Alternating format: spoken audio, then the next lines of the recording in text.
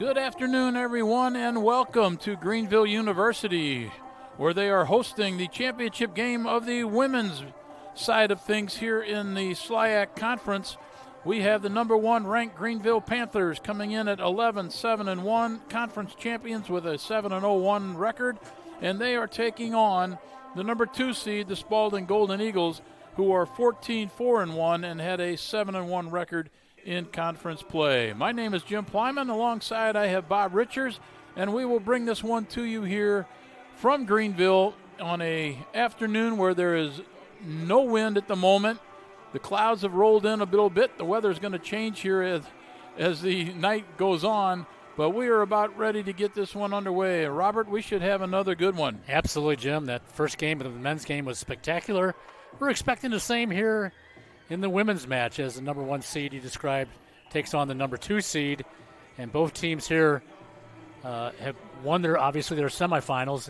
A little bit different. It was a little bit closer for Greenville, a 1-0 victory over West Min, and a 4-0 big-time win for Spalding over, they played the Webster. That's right, 4-0. Yeah, Spalding comes into this game. They have won 13 of their last 14 games. Their only loss was to Greenville.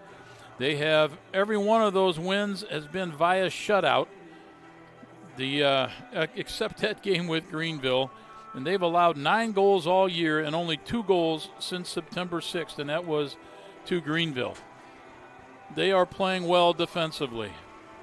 Absolutely. I got in my notes 0.47 goals. That's exactly against. So yep. And when you get under 1 and substantially under 1, they're under a half. Yeah, that is some kind of defense they've thrown at their conference opponents throughout the season. Yeah, definitely. They're in the top 20 with that goal against average, and they are number 1 in Division III in shutouts, and that is due to their defense and their young freshman goalkeeper, Sophie Young-Nuwadi, who has 14 shutouts and a 0.39 goals against average. Over on the Greenville side, they are 9-1-1 in their last 11 games.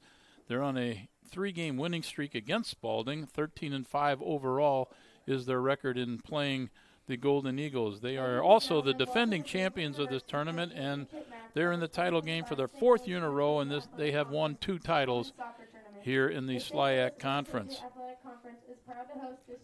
We're going to have the introduction of players here, and we will turn this over to our PA announcer. Features the second-seeded Spalding Golden Eagles, who registered a 4-0 semifinal win over the Webster Gorloks, and the first-seeded Greenville Panthers, who advanced to today's match with a 1-0 semifinal win over Westminster. The Golden Eagles enter the tournament with a 13-4-1 overall record, 7-1 in conference play. The Panthers enter the tournament with a 10-7-1 overall record, with a 7-0-1 in conference play. Now let's meet today's starters. First from the visiting Golden Eagles, who enter this match with a 14-4-1 record and in search of their second SLIAC tournament title.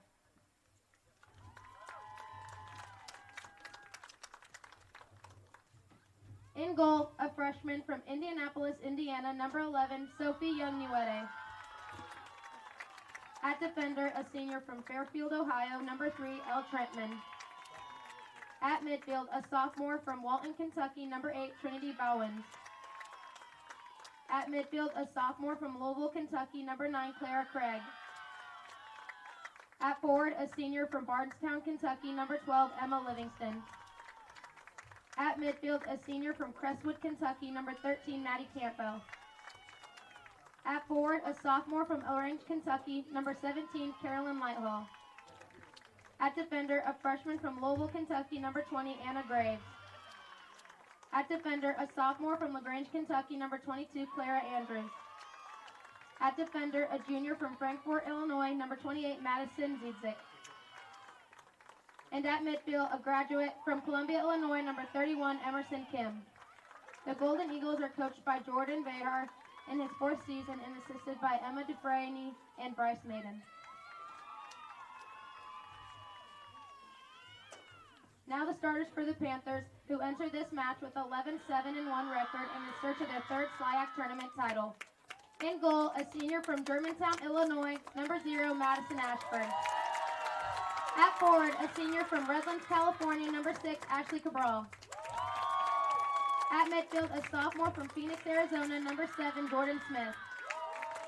At defender, a freshman from Rancho Cucamonga, California, number 8, Brady Unger. At forward, a senior from Hermosa Beach, California, number 9, Dylan Bear. At forward, a senior from Aurora, Illinois, number 10, Allison Scholes. At midfield, a senior from Huntington Beach, California, number 11, Kellen Price.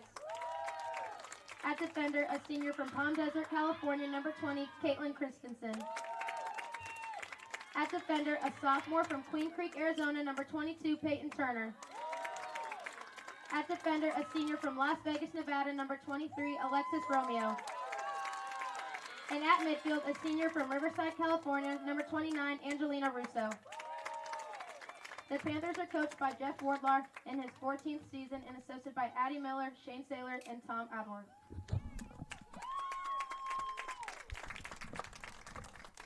The St. Louis Intercollegiate Athletic Conference, the NCAA, and host Greenville University promote good sportsmanship by student athletes, coaches, and spectators. We request your cooperation by supporting the participants and officials in a positive manner. Profanity, racial, or sexist comments or other intimidating actions directed at officials, student athletes, coaches, or team representatives, as well as public intoxication, the consumption or possession of alcoholic beverages and tobacco products are grounds for removal from the site of competition and other disciplinary actions. Thank you.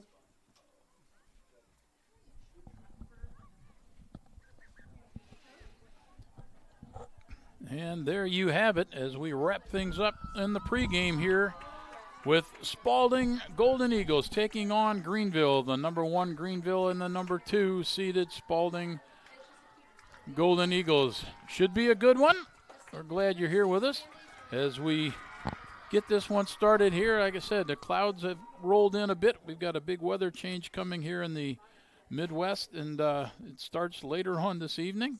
We're looking at about 59 degrees as we start this one, but there is no wind. The pitch is all grass, and Bob, this field is looking good after playing. This will be Game 6 in Game 6 in 3 2 days. Yeah. So 4 games on Thursday, 2 games today. So the field's held up remarkably well. The people in Greenville have done a terrific job hosting the semis and the finals here this weekend.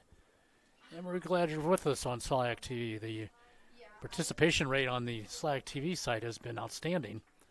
We've had some big numbers, Jim. Yeah, and we're glad. Yeah. In spite of me and you working some of these games.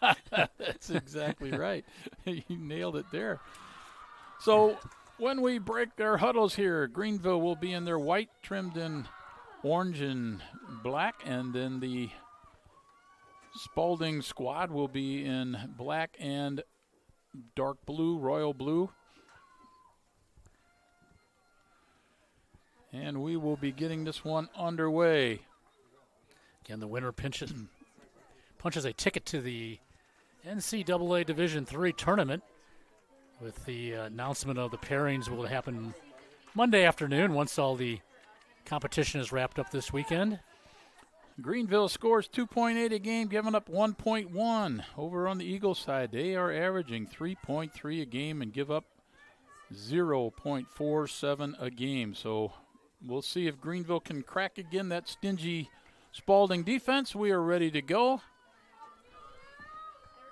45-minute halves. And what's on the line? An NCAA Division III berth into their tournament. Kern lifts this one long, sends it down into the Greenville end, and that is going to be tapped out of play, and it'll be a Spalding throw-in. Ellie Trentman had a goal in the game, in the semifinal game the other night. She just had that throw-in. She gets the ball here, serves it to the near sideline. Ball put into the middle. Long shot. Trouble. And is brought down by the goalkeeper, Madison Ashford. Emma Livingston, Jim, with 21 goals, 6 assists, 48 points. Obviously a big target up top for her. And she was held off the sheet the other night. Yeah, she was picked up by other teammates, as you said. Different scores, but she is a big-time threat out there. to score in any game at any time. I believe she's the offensive player of the year in the SLIAC. Yes, she is. Greenville lays it out of play. It'll be a throw-in here on this near side. So a good start for the Golden Eagles here as they've controlled a little bit of the possession in the Greenville side of the pitch. Cabral. Lays it to that right side, and here comes Greenville for their first time across the center stripe. Ball played into the midfield.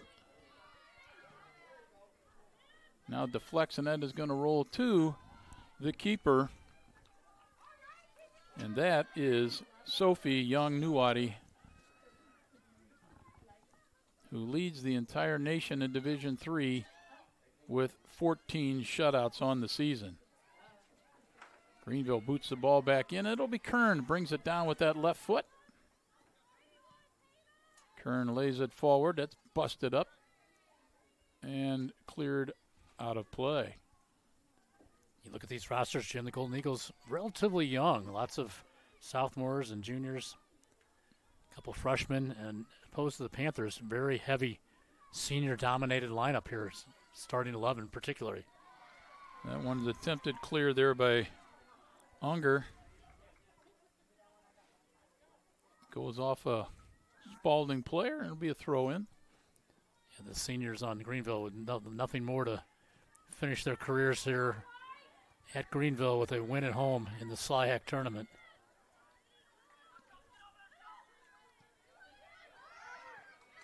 Nice combination of play here. Yep. Nice little give and go back to the outside here. Trentman tries to make the cross, and coming off her line, grabbing it on the near post is Madison Ashford. Two good keepers on both sides of the pitch to start this game. Ashford has had a very good season in goal. She has 8 shutouts, 1.17 goal against average. She's going to punt this one. And that's going to go past midfield. One first touch there by Greg.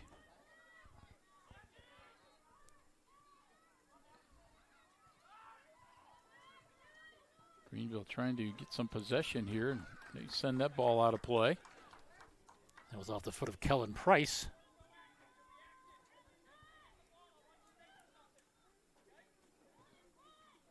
Ball put back in play from the throw-in, down along the left wing. Held in there by Spalding. Nice recovery by Unger. Unger turned it upfield, but Spalding is there. Then they regain control. Kern has that one go off a face. Referee's going to stop the clock stop here. that one. One took that one right in the schnoz. Referees always want to protect the heads. the head. Yeah. Mm-hmm. We're going to take a quick look here, see if there's any indication that the trainer should be involved, and he's going to take a quick look.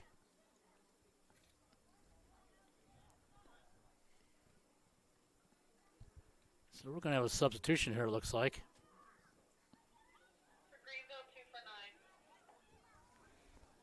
Maddie Cook Yep. coming out for Dylan Bear. Bear is the one that took that shot off the face. So Cook will come to this near side midfield. Russo slides over into the far midfield, far side.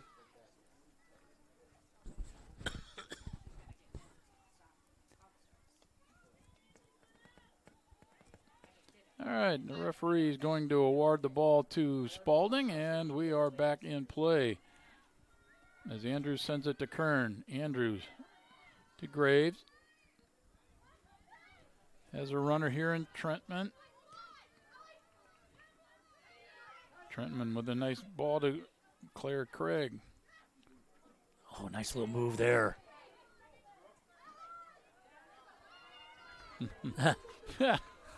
Little push in there going on. Ellison Schulz didn't like the way Anna Graves was upon her. Nothing like showing a little spirit early in the game. I'm okay with that. Referee makes a quick call there. Schulz was dancing with the ball there.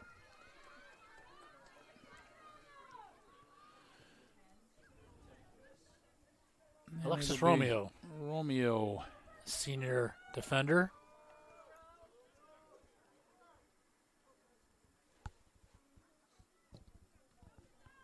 Takes one bounce, stays out of the box. Headed to the sideline by Anna Graves. Looks like Bear's coming back. So she was cleared, I guess, in the protocol there on the sideline. Maddie Cook heads back to the bench.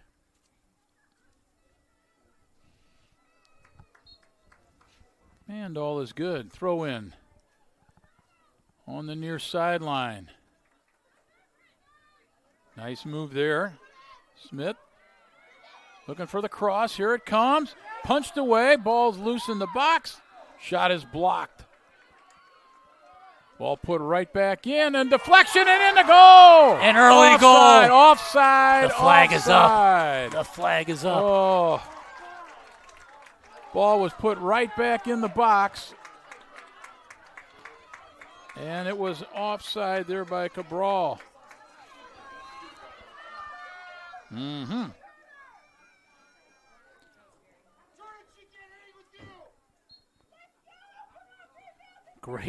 Great work here by Yes, it was. Greenville. Wow. Off the goal kick. It's Kern now. Plays it along the left wing. Oh, Jim, you can't say enough about how an early lead would help a team. Now here's a ball. This one is offside. And me, Bobby, I'm checking the official and I took my eye off the play if that had been onside. Yeah.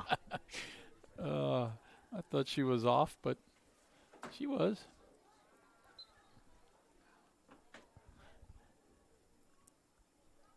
We near 38 minutes left to play in this first half. We are scoreless here early on. What an exciting start. Kern clears right into the midfield. Bowens trying to catch up here. Nice ball. Played to the side by Jordan Smith. Blocked. Nice step up by Unger. And Greenville comes away with the ball. Christensen to Schulz. Now a nice ball along the line here. Christensen in a race with Trentman. Trentman knocks her over, and she's going to be the foul. And in a dangerous spot here, Greenville's going to get an opportunity for a restart. So Romeo will come up from the back, Jim, to take this set piece.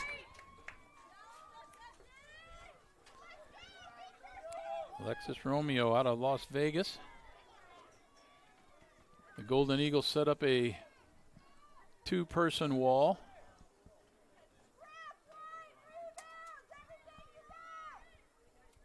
Young Nawadi sets up her defense.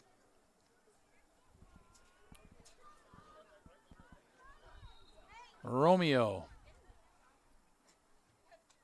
has a shot deflected, and it goes over the end line, and we'll have a corner kick, and Romeo will stay right there and take it. She gets a second chance.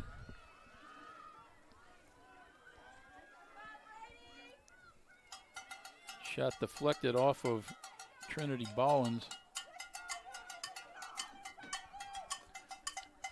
And now Romeo leaves the corner, and I believe it is Brady Unger going to take it. It's a crowded 6-yard box.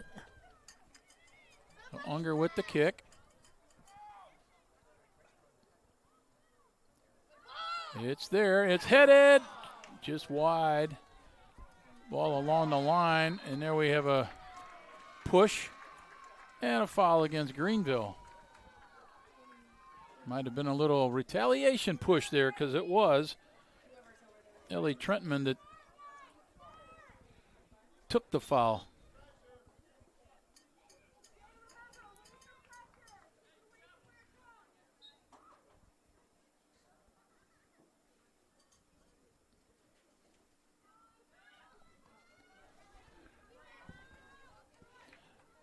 Trentman loses it to Russo. Russo with a nice cut. Ball to the middle. And another ball played in and clearing it out of trouble was Clara Andrews. Just out of the reach of Schulz. It will be a corner kick. Looks like Christensen's going to run over to take this one, Jim.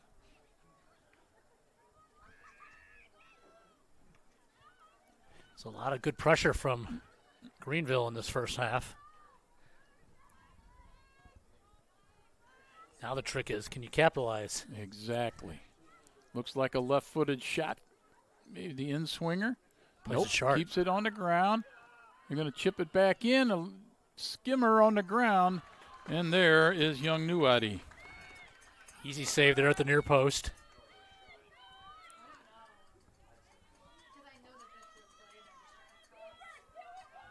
Young Nuwadi boots it to just to the side of the center circle. Now heads towards the benches areas for both teams. Going for the long ball here and doesn't get over the back wall of the Greenville defense. Headed to the sideline and out of play by Greenville, and it'll be a Spalding throw. Kern will step up. Nice job by Romeo to get to that head ball. You got Livingston snaking around there.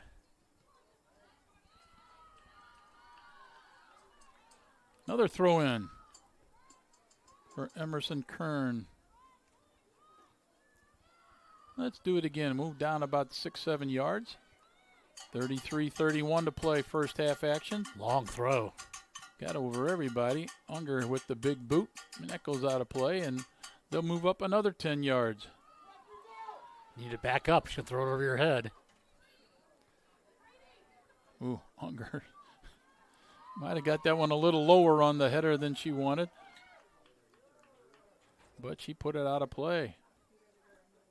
Fourth throw in. Let's make it 5. Greenville best back up. That's all I can say is they've thrown it over the top 3 times in a row. 1 against 2 in the far corner.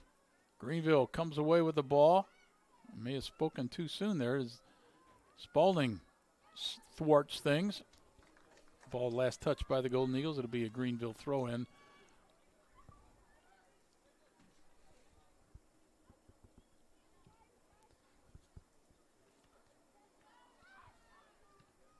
There's a block. Unger is going to try to clear it, keep it on the field.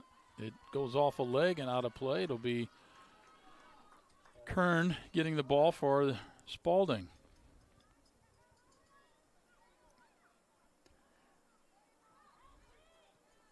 Starting to cool off a little bit here, Jim, Yes, but it is. still a great night for soccer in early November.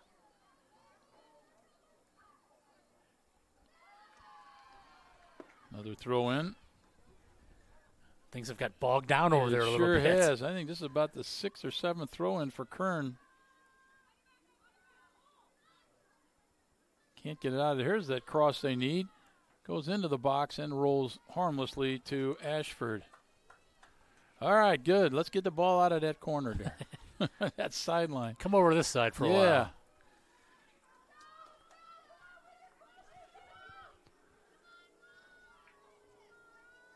Ashford lets her go. Fine boot. Headed forward there by Craig. And we'll have a foul there against Greenville. A little too handsy there. Yeah, it was pretty. And Maddie Campbell. Pretty tight call there. Gets the foul called for her.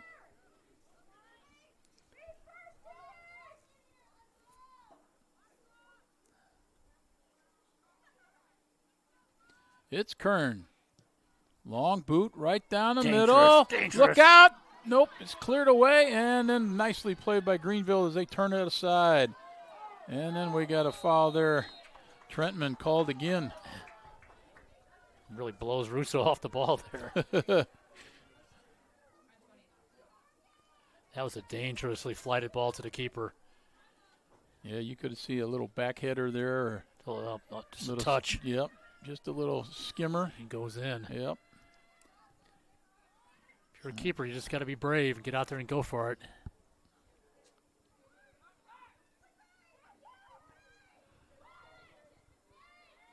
5 touches. Greenville gets it across center line. But it's going to be chased down by Graves. She plays it to the sideline, out of trouble. And Christensen will have the throw in. She gets it right back.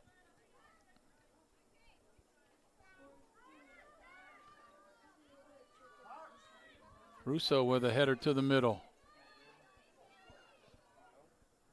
Nice ball played to the corner. Scholes stops on the end line, banks it off of Anna Graves. And we'll have a throw in.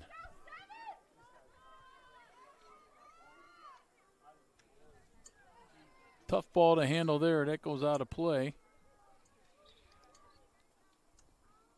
And Greenville will have to back up about 10, 12 yards for the throw in. Christensen again will let her go. To the corner, looking for Russo. That ball's going to roll over the end line. It'll be a goal kick.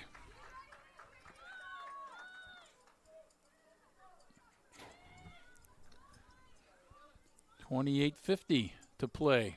First half action.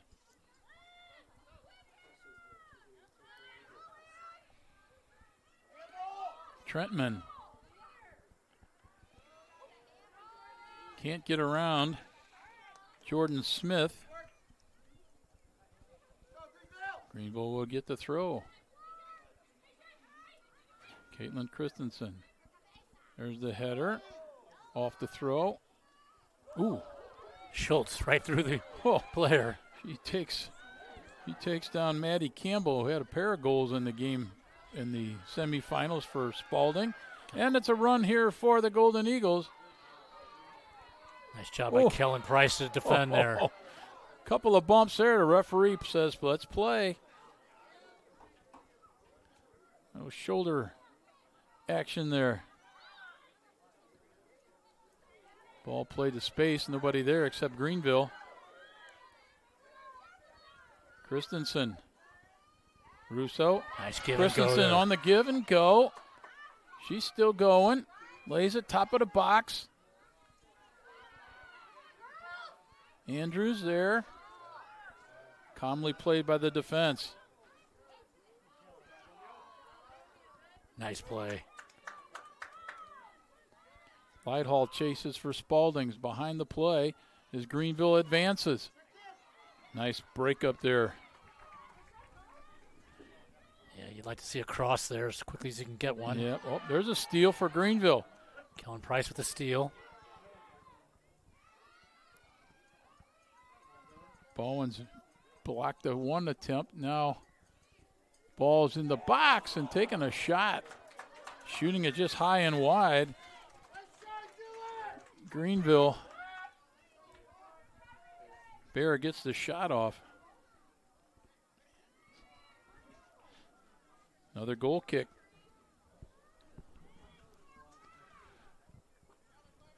Young Nuwadi. This game definitely has been tilted in favor of the Panthers this first half, Jim. Yeah, definitely these last 10 minutes or so. The only thing that really counts is what it says on the scoreboard, but Coach Wardlaw has to be happy with what he's seen in the start here. Greenville with the throw, coming in from the right side. Looking for the cross. Near the end line. Nice work. Chance here, ball played back, fans on a shot, and a turn, a left-footed shot, deflected, and cleared out of trouble. It was a nice turn on the ball by Russo, Jim, to free herself up. Her shot was blocked. But there again was Anna Graves.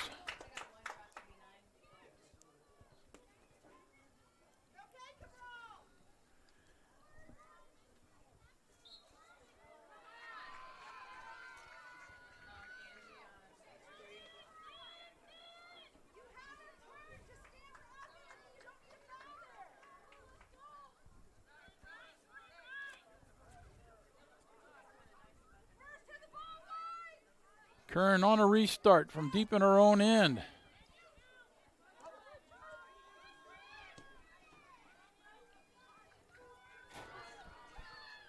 Craig's ball does nothing.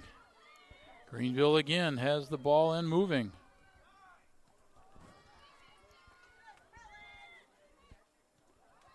Kern breaks that up.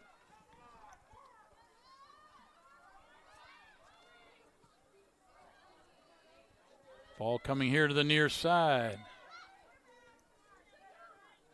Russo, Christensen, Jordan Smith. Off of Russo.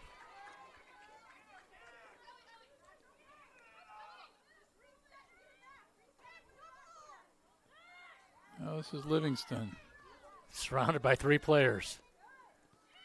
Russo. Scholes.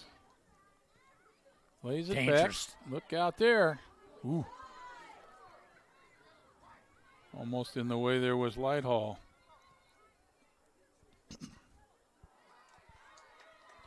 Cabral was going to turn and run, Jim, if that ball got through. And Claire Andrews there to step up. Here comes Greenville again. Ball goes into the box. Now it's going to roll just outside. And here comes Spalding along the near sideline. Oh, and it goes out. Looked like she ran out of juice. That was Maddie Campbell.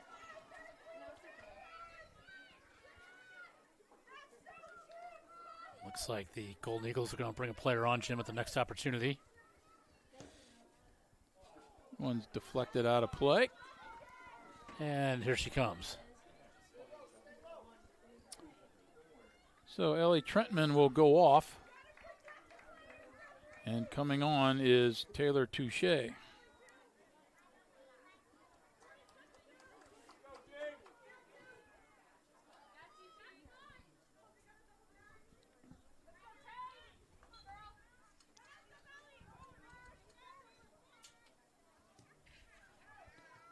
Graves sends it forward.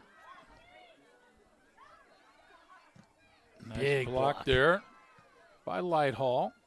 Ball sent skyward. Headed out of the center circle. Greenville retains possession. Two dribbles and a pass to the corner. Kern defending. Greenville's going to want to get Cabral more involved up top.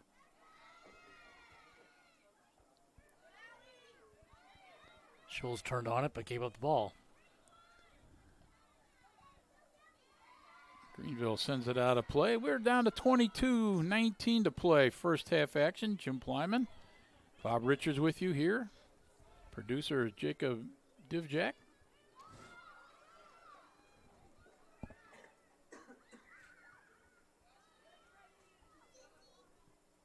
That's a nice pass. Nice combination here for Greenville. 4 touches in. Ball sent forward. They retain possession. Send it forward again. Anna Graves is there. See, Jim, how well organized that Spalding defense is. Yeah.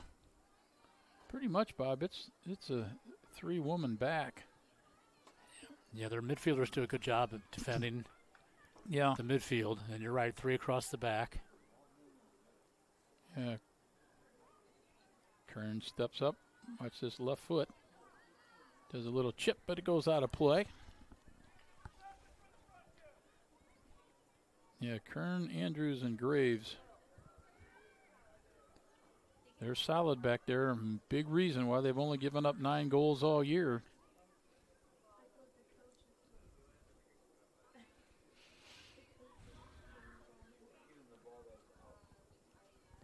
Throw in for Greenville. Ball rolls right to Kern. She taps it outside.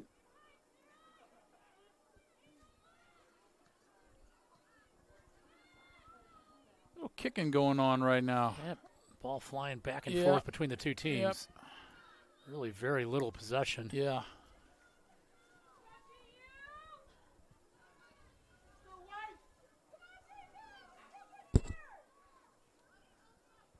Throw in for Greenville. Far side.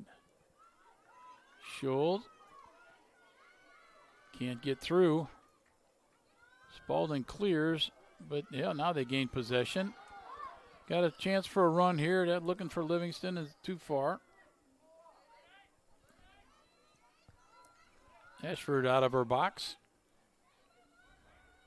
Players to check back to support. There you go.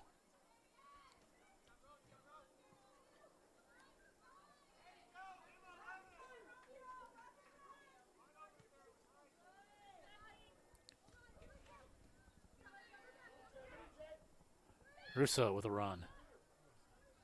She pulls up. So back to Turner. Or excuse me, Romeo.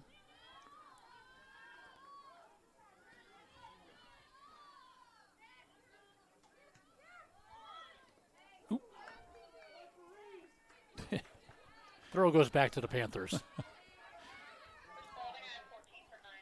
Christensen.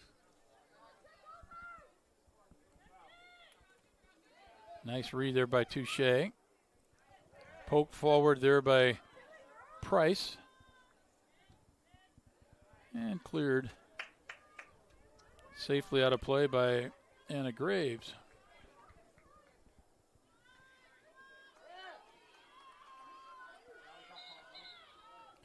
We have a substitution here.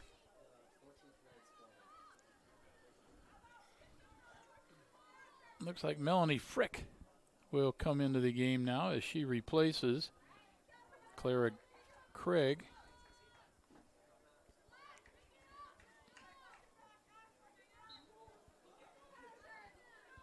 Great start. I didn't think she'd get away. I was hoping she wouldn't get away with that throw in. That was ugly. Yeah, that was bad. That was bad. You don't see. I thought, man, we weren't really doing this. You don't see many referees call it, but you almost had to. Yeah. It was a must call. Yeah. Number of substitutions for Greenville.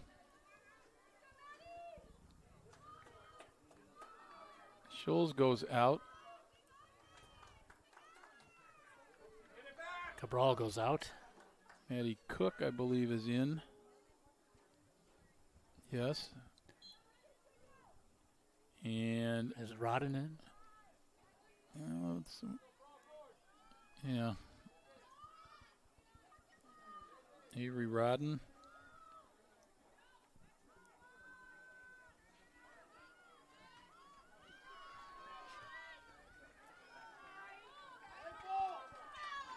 Referee rules that was a throw-in for Spalding. Touche trying to hook one to keep it in play. Cannot quite do that. Now we'll go the other way. Christensen gets it back, puts a left foot into it. It floats towards the end line. I don't think it's going to go all the way out. Yes, it does. They got a favorable bounce. Out it goes, and we'll have a goal kick. Spalding had the Offensive Player of the Year in Emma Livingston, the Defensive Player of the Year in Emerson Kern, Freshman of the Year in their goalkeeper, Sophie Young-Nuwadi, and the Coach of the Year, Jordan Vahar.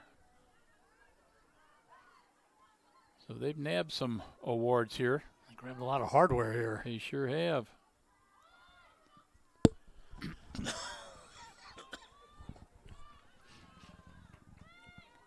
Ball played to the far side, or our near side. Little push. Maddie Cook called for the foul. We're down to 16-10 and counting here in the first half. Still nothing.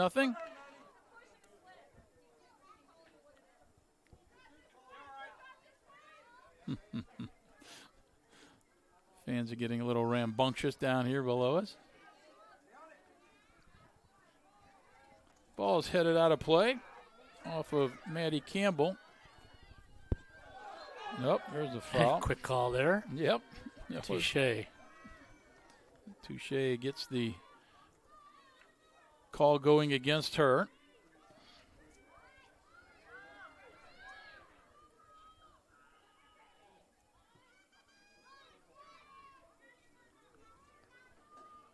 Coming in now from the left wing. Race to the ball and put out of play by Anna Graves. Substitutions for both teams.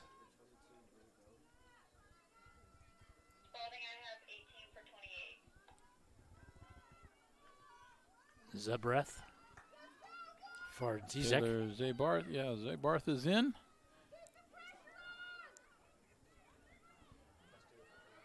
And Castillo on for Peyton Turner. There's a shot block. Look out. No handball. No, they call it inadvertent.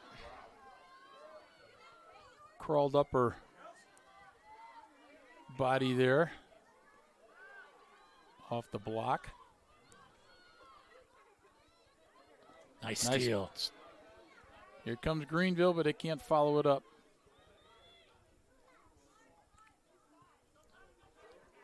Andrews.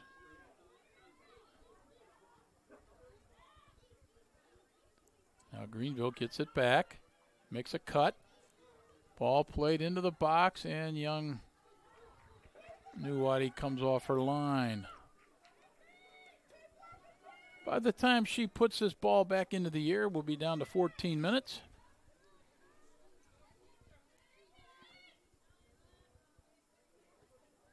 Nice job getting a foot on that. There's a long ball. Livingston not going to catch up to that, as the wall of defense is there for Greenville. They shut out this Spalding squad 2-0 earlier this year in the conference game.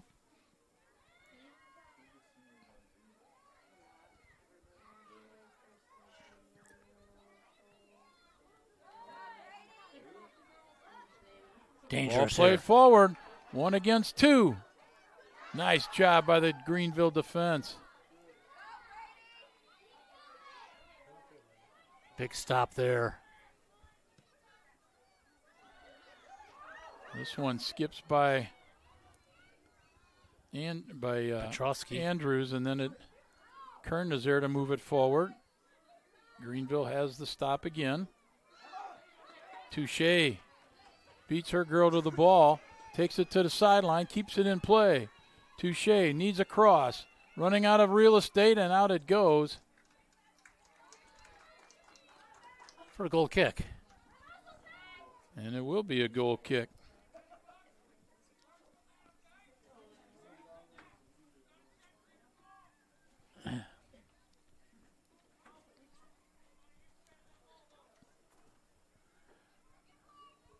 Ashford with the goal kick, plays it out to the far right side. Ball hugging the end line and does finally go out. Throw in front of the Greenville bench.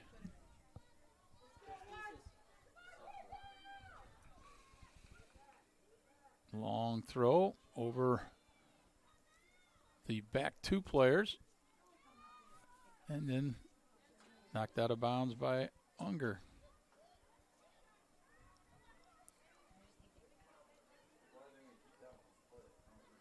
There's a steal by the Panthers.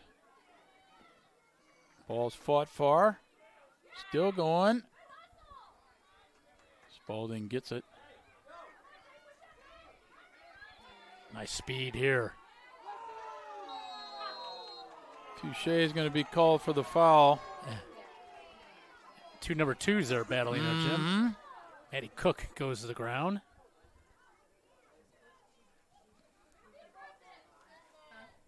Trudy Bowens did some good work for Spalding there in the midfield. Alexis Romeo with the restart. Nearing the 11-minute mark left to play. Ball played in, headed, takes a bounce. It's into the box, and Kern is there to clear it out. Put right back in. Headed away by Spalding. Graves clears.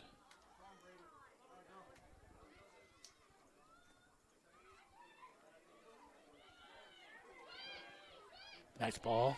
Into space.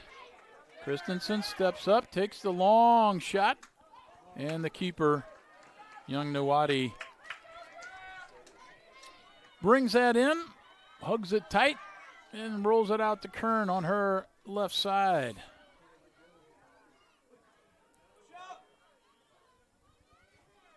Spalding across the center line. Needs to switch fields here. They go to the middle for Livingston. She's going to shoot. He takes the shot. And that's scooped up easily by Madison Ashford. You can just tell Jim by the way she's Yep, striding yep, to the ball. Yep. She'd like that one back. She'd like to get a little more oomph and height behind it. I think the ball got a little ahead of her. So you're right. She wasn't able to get full power. Quick throw.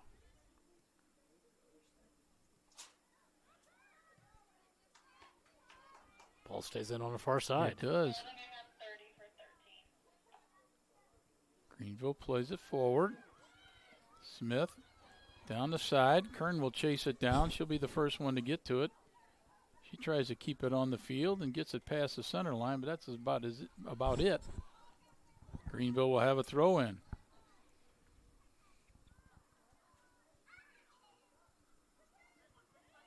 Panthers trying to bring it in from the far sideline right in front of the Spalding bench. They're going to get a throw in. 9 minutes to play.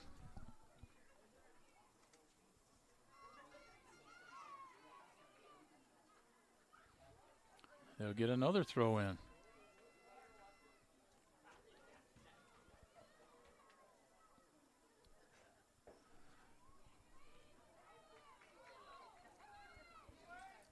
Ball moves to the midfield. Spalding has it. Passes off the mark. Greenville steps up, makes a play. Livingston trying to win the battle. A couple of shoulders thrown there.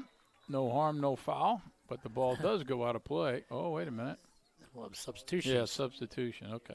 I thought he was, for a second there, I thought he was pointing to the two that were pushing, and I didn't think that was that bad. 8 minutes to go.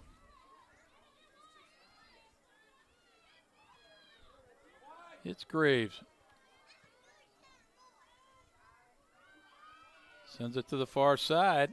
Coming down the left wing with a little speed. And then we have a takeout there, a foul against Greenville. That'll put Emerson Kern up to, no, he didn't call. I think it's a throw in. Looked like a pretty good slide tackle. Okay. We'll change that from a foul to a nice tackle. Yep. Kern moves Dangerous. it forward. And it's Goal going to kick. run. Yeah, goal kick.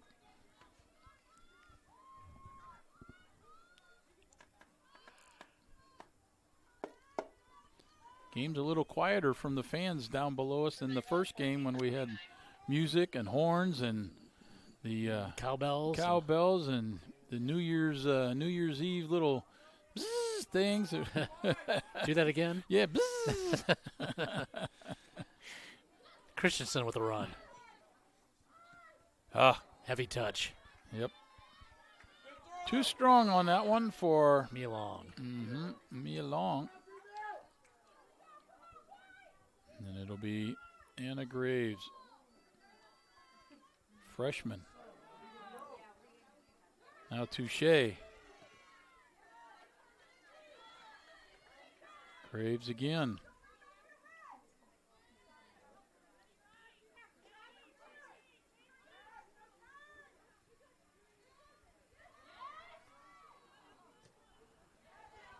Frick battled for it, goes back to the midfield, looking again here for Livingston. That's cleared. Nice job clearing out of the back. Graves gets it down. She's got to hurry to get it. Now she's going to have to chase. Graves, couple bodies go down. No call there. Good non-call by the referee, in my humble opinion there. Livingston. Now the referee's going to call an offsides. So Livingston got ahead of the play a little bit.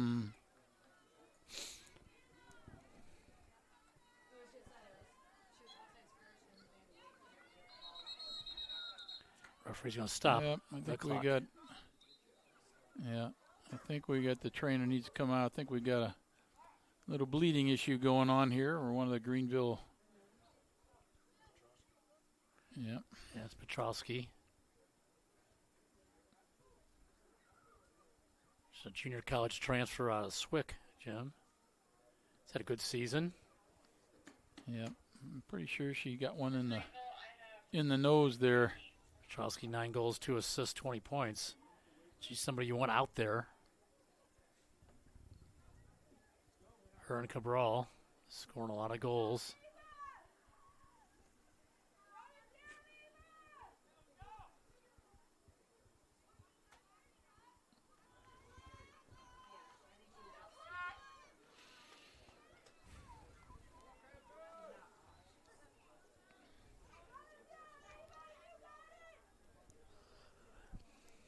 All right. Each team has 11 on the field. The referee says we're ready to go. 5:35 to play. First half action here. Greenville and Spalding.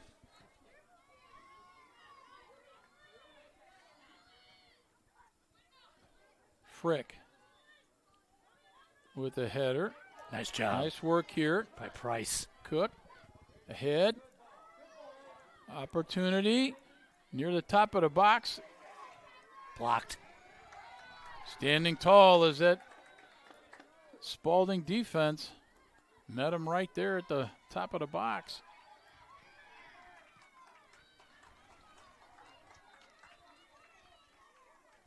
Substitution Greenville. Russo off. Heidi Valenzuela on. Valenzuela, her first action.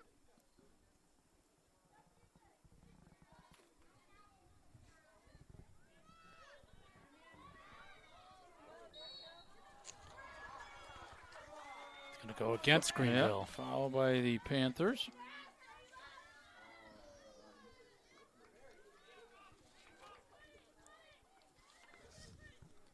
Kern trying to go across field, doesn't get enough on it to get it to Touche. Graves has this one go underneath her, and she just clears it out of trouble.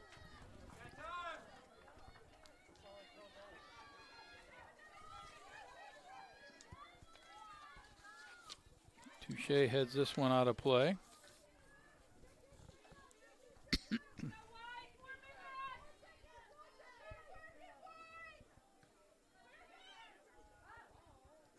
Christensen stopped there by Graves. Greenville ball. Say Graves' name an awful lot for a freshman, right? I'll say. She's impressive.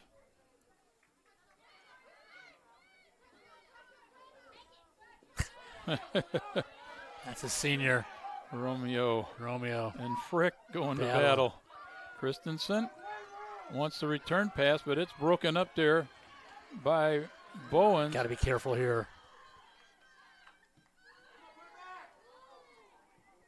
Bowens can't get that one to feet. Quick transition here.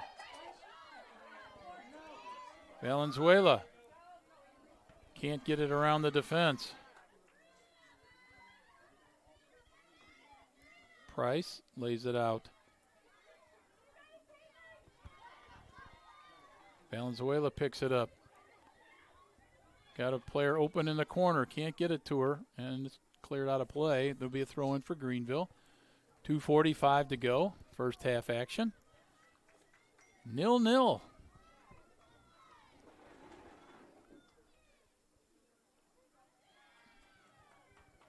Kern gets a clear.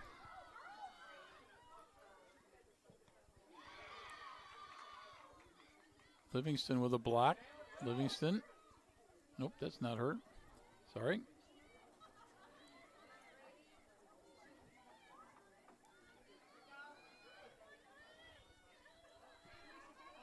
Now break up here. A little miscommunication there. Touche. Down the middle. Got players on either side of her. Pushes it a little too far in front of herself. And then it is broken up there. Pinball's in the middle of the field. Graves sends it up. Headed away by Greenville on the back line. They try again. Keep her off her line. Trying to get that one to Livingston. Couldn't do it. It's time for Greenville to get their shape back here. They're pulled apart a little bit on the pass that was intercepted there, Jim. 90 seconds left. Frick challenges. Can't get the ball. This one goes off of Greenville. Touche on the sideline. Gets a little nudge there. And the foul will be called on Maddie Cook. The twos go at it again, Bob. tell you what, Touche is an aggressive player. 1 minute remaining. Yeah, she gets after it, I can tell you that. Kirk on the restart. Sends it. Little flick and then cleared. Yeah, that was off the head of Caitlin Christensen of Greenville. Bowens played it back. Ball now Livingston.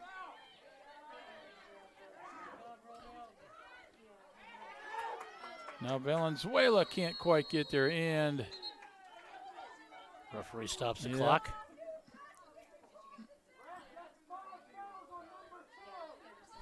Is that no?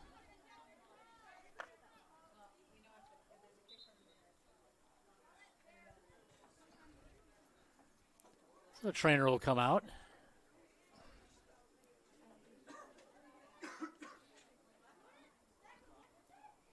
Looks like a shin and ankle there.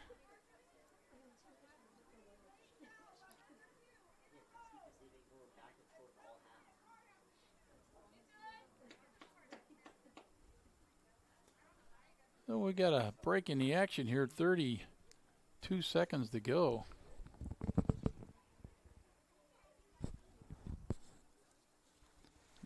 Maddie Cook and Taylor Touche have had quite a few battles along this near sideline. And this time it is Cook that is down.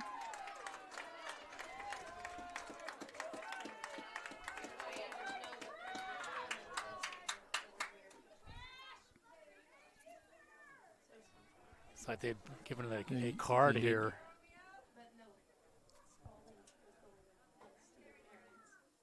To Touche, Jim. Okay. So yeah, Touche does get a yellow card.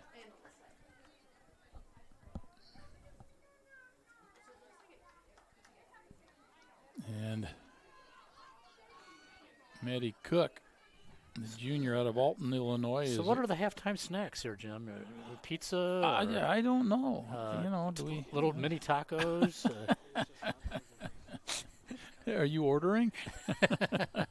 We've been here a while, right? Been here since yesterday, it feels like. I'll get you a little candy bar out of the car. There you go. Geez, a whole tray of mini tacos sound real good, doesn't it? About anything right now.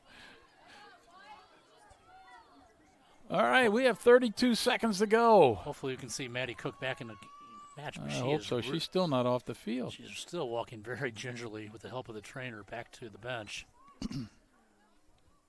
So Romeo will put this ball back into play, swings it over to her center back partner. This is Unger. Oops, a little slip in the grass here. Yes. Could be a factor in the second half as it's cooling off here. Get a little dew on the grass. Now Unger's going to have to hurry. She clears it out of play. 15 seconds to go. Looking for a quick throw. 9, 8. It's a great first half. 6, 5, 4. Yeah, these ladies have gone after it. Kern puts one into the box, and that'll do it. We have come to halftime here, and it is scoreless. It is Greenville, the number 1 seed, and Spalding, the number 2 seed. Locked in a tight one, just like the men's game was previous to this. So we're going to take a break for a while. We'll be back and give you some halftime stats. Stay with us here on SLIAC TV, powered by collegecast.com.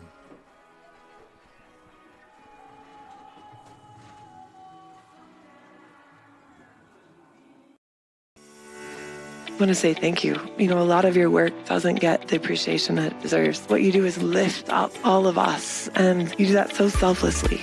We all have the same goal, which is to tell the great, incredible stories of these athletes in the college community. That is why we are a great team as storytellers in this room, is we have to work together through really challenging, sweet moments. Thank you to college sports communicators all across the country. I've had a great time with our Special Olympics event. We've been able to connect with a variety of athletes and just see my sister flourish in an environment where she's a star.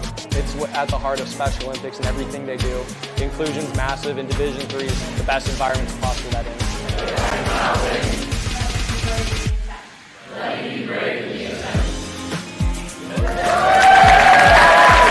To be involved with Special Olympics means everything to me. I love the community, I love the vibes, I love the energy, and it's truly a great experience to interact with the Special Olympic athletes and my fellow peers.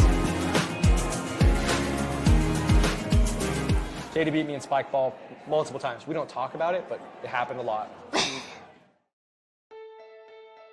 For the love of the game. That's what it's all about, they say.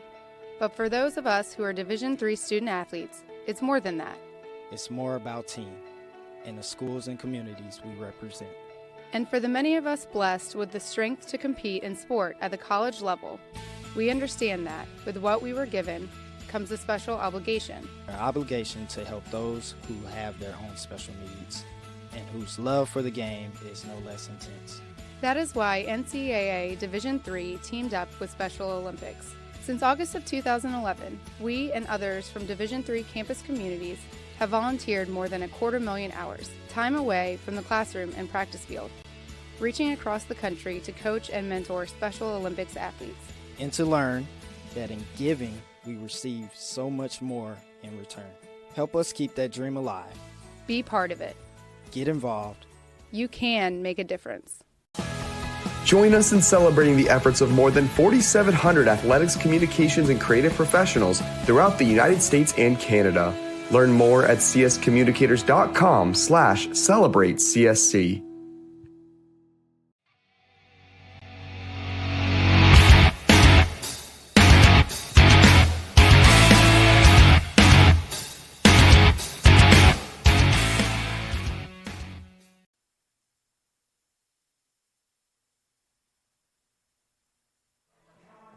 Welcome back to Greenville University. Bob Richards, along with Jim Plyman.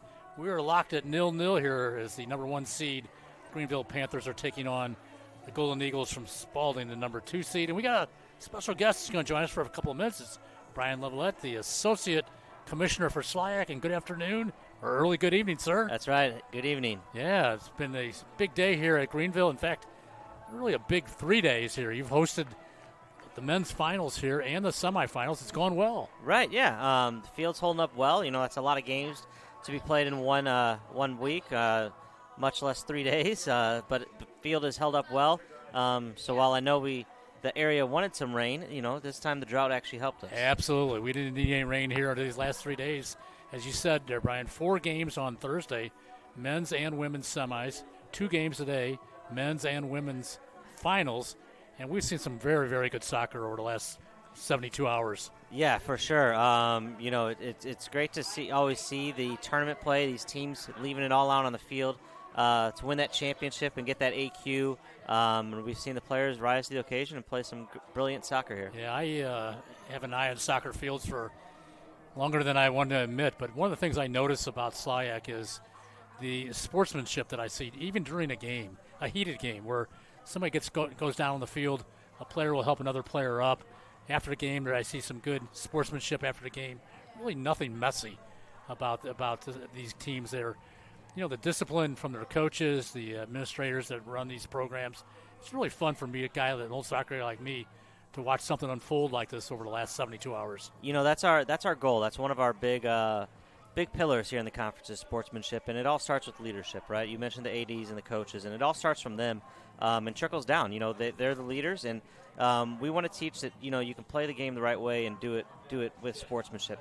You don't have to be dirty, or you don't have to, you know, have an attitude or an ego to win. You can win and still be good sports. Really good point, Brian. If your coach is out of control, your players will be out of control. Right. So if the coach sets the standard for his team, and if he loses, a player, you know, starts to get off the edge a little bit or off the road, you got to get him back on the right trail. Mm-hmm. And as a result, you see what we've seen over the last few days, which has been fun for the spectators, the administrators, the athletes, and great for the conference. Exactly, yes. Yep.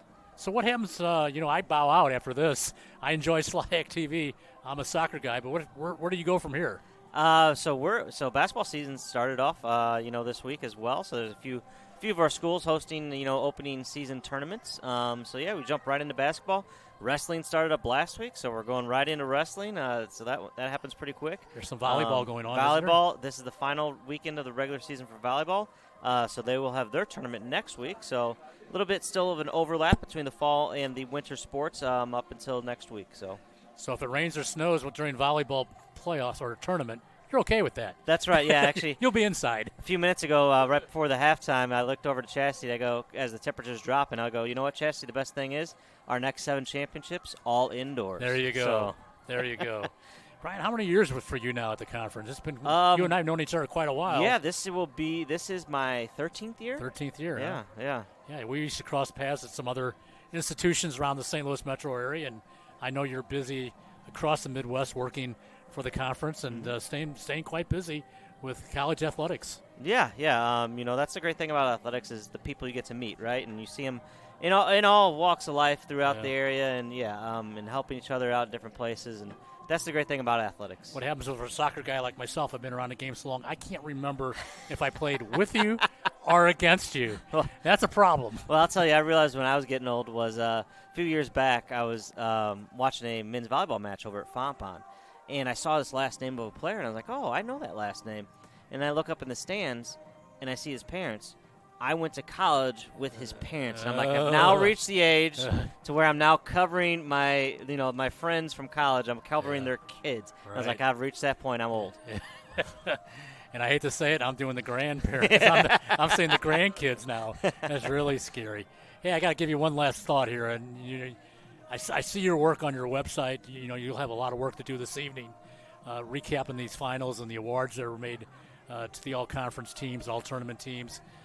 You do great work on the website. You guys got a really outstanding website for these athletes, fans, supporters to go to. Thank you. I appreciate that. Yeah, my goal is to, ensure that these student athletes, when they look back 10, 20 years down the road, that they can go back and, relive these memories. And, that's the great thing about this partnership with you guys, in getting those championship games broadcast, and they can go back and watch them because obviously – they're on the field or they're playing the game, but now they can go back and rewatch them. So it's just giving them an opportunity to to remember these outstanding moments in college. Yeah, the key to your website is don't use me. I can't remember my password. I can't get on my own computer, so I'm going to be no help for you. But hopefully you enjoy some of the stuff that we do in the booth, and it's always a pleasure to work with the SLIAC team. We're going to take the rest of the halftime break. We'll be back with second half action. You're listening to SLIAC TV.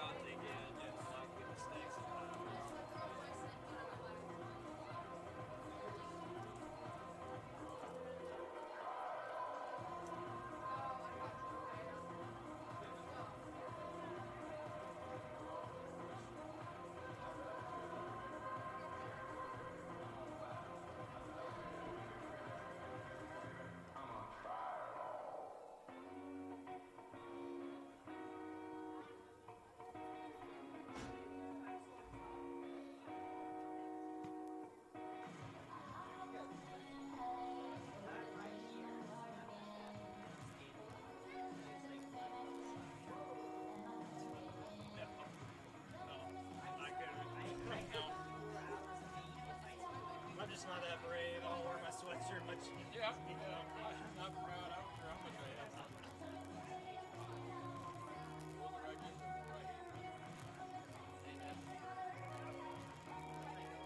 didn't like when I was young.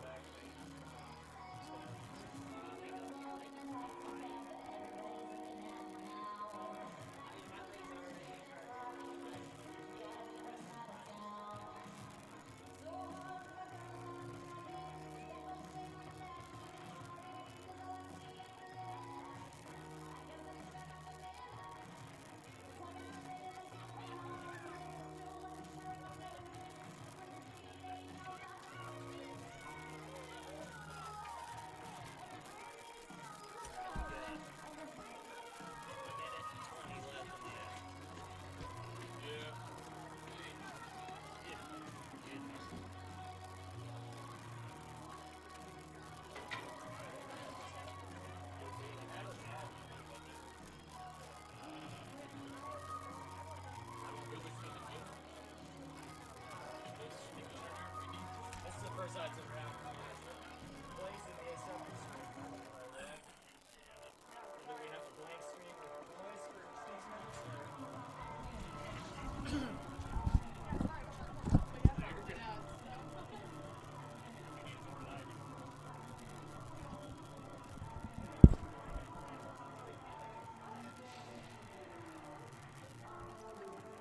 All right, you can stop that at any time. Just It's almost done. Once an ad starts, the system automatically sets up where you can't stop. you can't stop the ad there, Even if you click on or it. end ad. Really? We had that issue in volleyball game ago. Mhm. We played an ad mid-game, and everybody's like, Alright. You guys will be coming on at 10. Okay. 5, 4, 3, 2, 1. And welcome back as halftime has concluded here at Greenville, and we are still in a scoreless game between the Greenville Panthers and the Spalding Golden Eagles. And Bob, as we look over some of the first half stats, it's fairly, it's fairly even as far as the Golden Eagles had 2 shots to Greenville's 6. Corner kicks was 2-0 for Greenville. Saves, the Panthers goalkeeper Madison Ashford had 2, 1 for Sophie Young-Nuwadi. Fouls were 6-6. And possession total 61% to 39% for Greenville. Yeah, I thought it was a good first half. Greenville came so close to taking a lead early in this game. Hopefully for them, it doesn't come back to haunt them. But, Spalding has been a great team all season as well. So we got the 2 best from SLIAC going at it here, 0-0 in the second half. There'll be a winner determined one way or another tonight.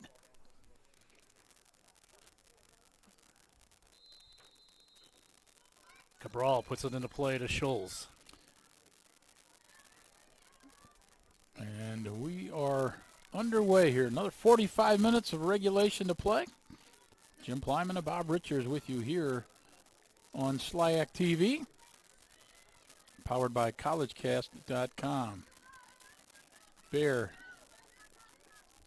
looks to her right, then goes left, lays it forward. Scholes puts it through the box. Dangerous. Look out here. Oh, and recovering is Trentman. Russo. Nice move. There's the cross. Headed away. Nice job clearing the header. Russo didn't know that ball was going to skip through the defense, Jim. She just got a little bit of a late start, or she would have been off to the races.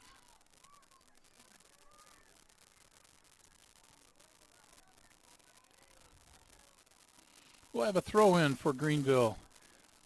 right in front of their own bench. Temperatures dropping here in Greenville, Illinois, as it is predicted to do.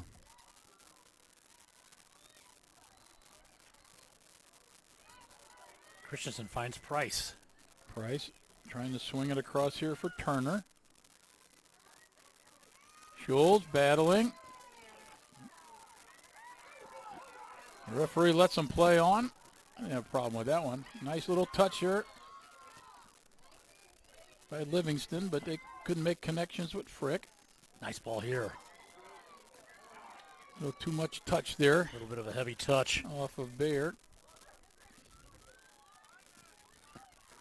Room to work here for the Golden Eagles. And this one's played off of Spalding. It'll be a Greenville throw over in the far side of this field.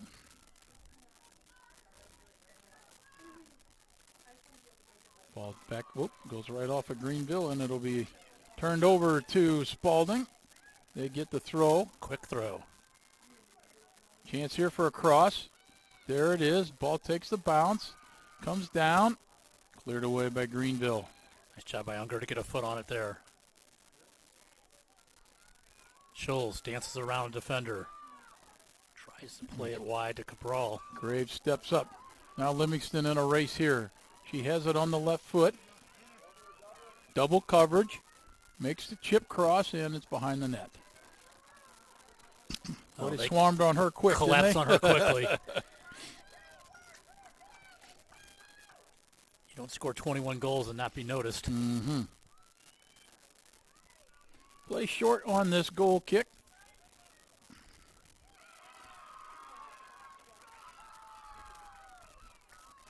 I never got cheered for kicking it out of bounds. That's because maybe they expected it? No, you're probably 100% right. With my speed, that's about all I could do. There you go. And a battle here. Graves trying to turn it outside. Both players go down, and Greenville will get called for the foul. Good call. Our referee tonight's contest, Jacob Post, along with Matthew Schaub, Ben Koenig, and Lauren Teens. Unger again clears. It's going to go. It's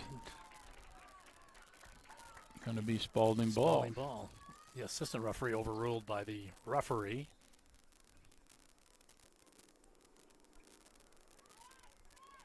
Greenville trying to get it over that center line. Can't do it. Good start here by the Golden Eagles in terms of their good midfield work. Ball played out here quickly for Diedzik. We throw in White. It's a good call.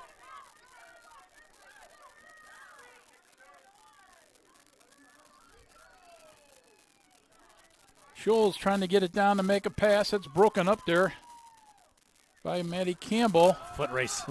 Frick after it. Greenville stays calm, gets the clear. Graves. Pass doesn't make connections. Ball loose. Kellen Price. Near the center circle. Andrews plays it forward. Nobody there. Headed back. Scholes gets the second touch. Nice shield there by Craig. Livingston comes onto it. Lays it back. Ooh.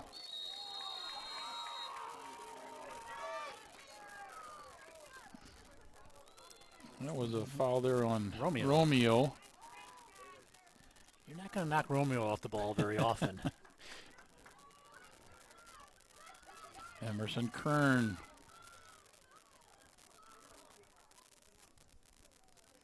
The defensive player of the year here in SLIAC.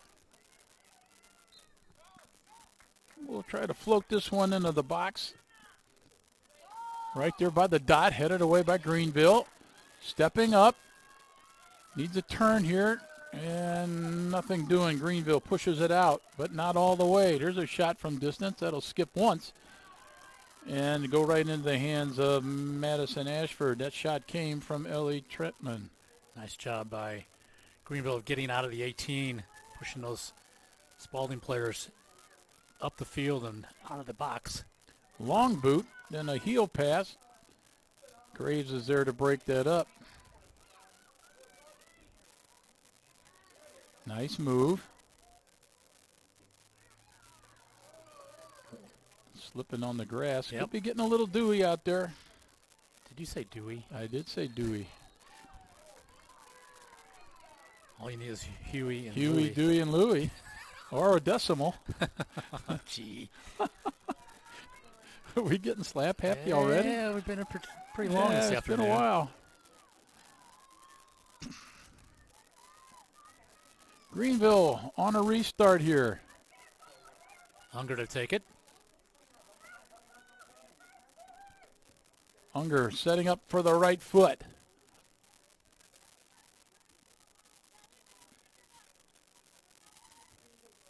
She puts that arm down, steps into it. Top of the box. That was well taken. Ball's loose. Not out. Shot taken, blocked. And we have Foul against a Greenville. foul.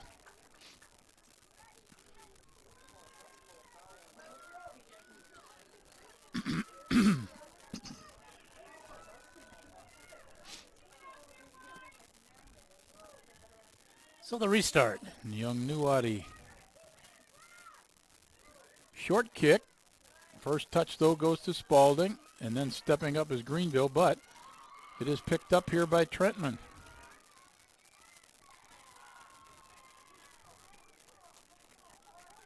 Spalding with the throw in. Field tilted a little bit in Spalding's favor here in the early going of the second half.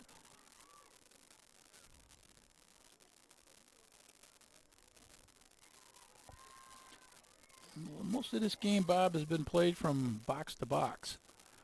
Yeah, it has certainly, you're right. They played between the 18s.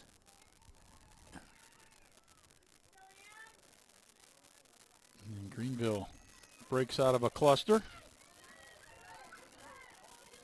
Comes here to the near side. Bear drops it back. And Greenville gives it right up. Kern taps it forward, too strong. Schultz making a run. There it is. The chance. Schultz has the opportunity. Shot far post. Oh, and it rolls just wide.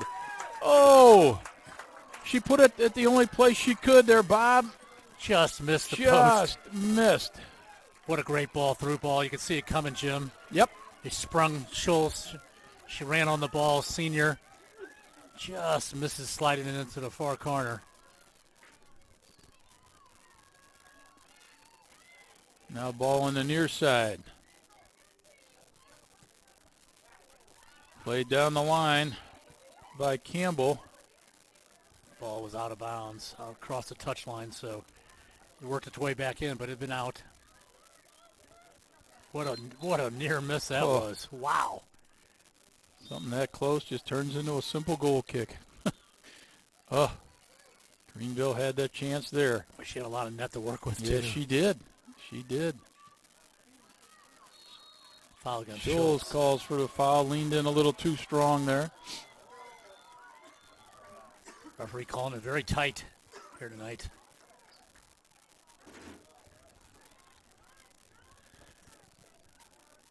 Emerson Kern. Boy, Schultz had just timed that run so well. She did. And the through ball was just right on the spot on.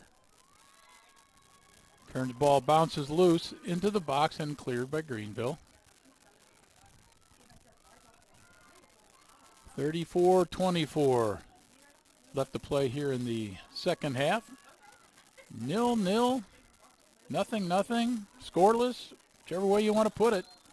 That's where we're at here. All the above.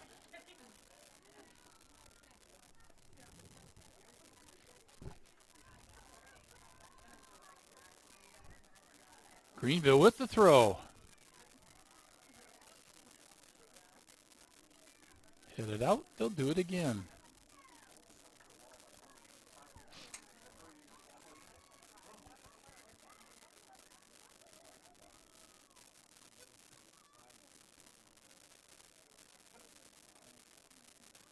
And a scrum.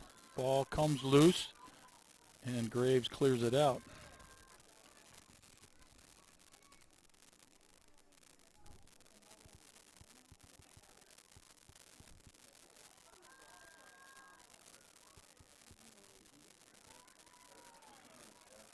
After the throw-in, ball hits a couple bodies, goes out of play.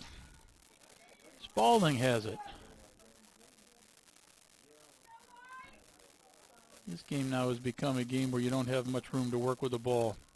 It's very tight. The marking has been very tight. Ball played forward by Greenville. Graves. Cabral, one of her few touches there. Yeah, she's not haven't used her name a whole lot here tonight. Nice run, Christensen. Finds Cabral. Cuts it to her right, and she goes down.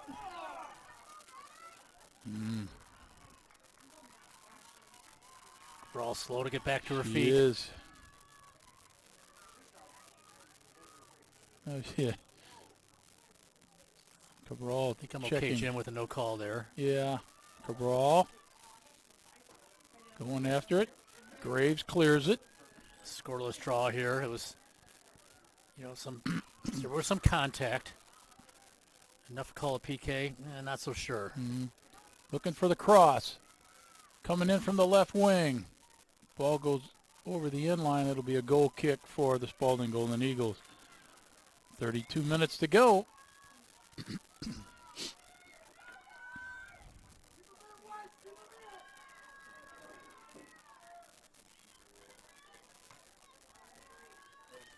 Couple one touches here. Nicely done. Greenville trying to work this in. Jordan Smith. Cabral just missed. Turn. Dangerous here. Frick with a push. She knows it. Yep. She got Unger. Quick restart. Yes, it is. Turner. Does one go off the side of her foot. Takes a funky bounce. Kern clears. Unger floats one high. Headed first by Spalding. Frick. Can't get it to a teammate. Greenville intercepts. Ball put into the middle. Graves is there.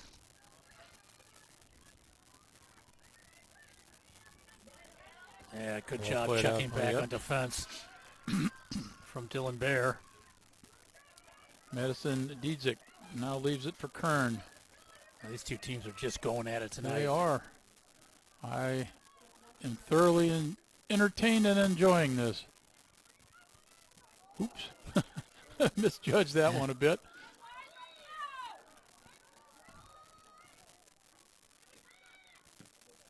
Kern steps up, blasts it out of bounds.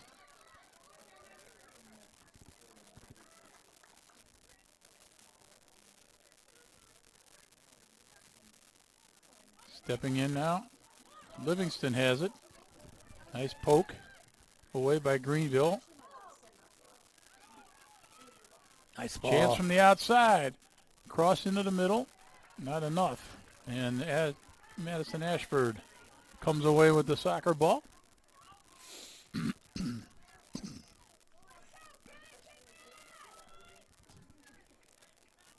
First touch again goes to Spalding on the punt from the keeper.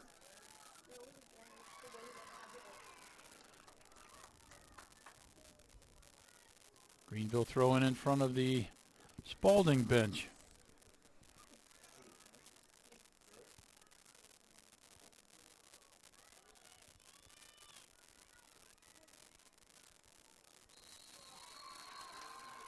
This call will go against Greenville.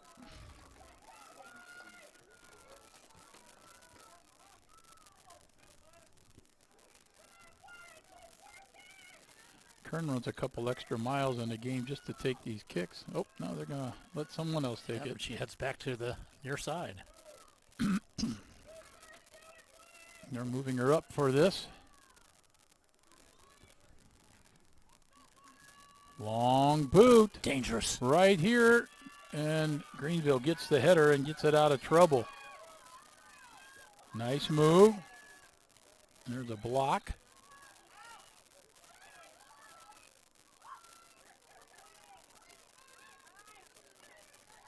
All right, restarting here are the Golden Eagles. Ball through to Suss. Oh, nope. Outside. A throw in Spalding. No deflection.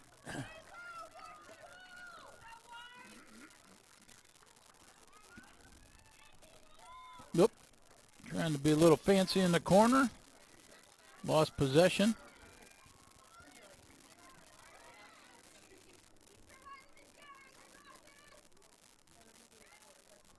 That was Greg.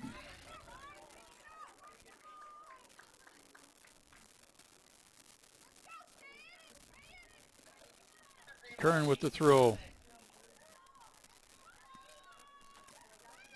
Kern with a right foot. Maddie Ashford off her line.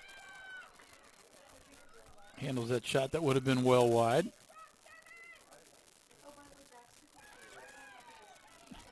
It's got to make your eyes water, don't it?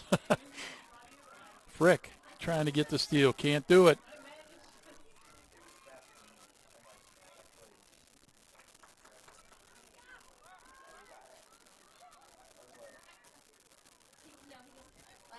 Trying to switch fields.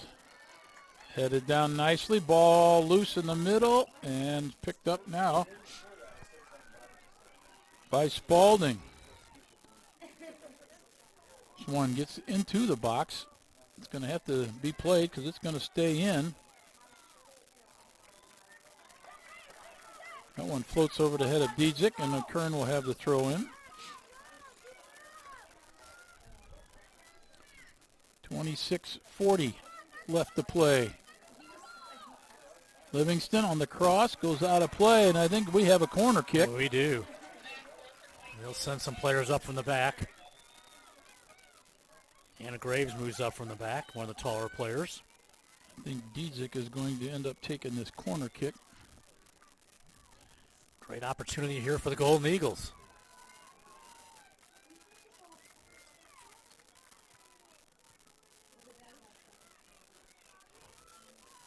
I'll chop that pole down, Bob. I can't see.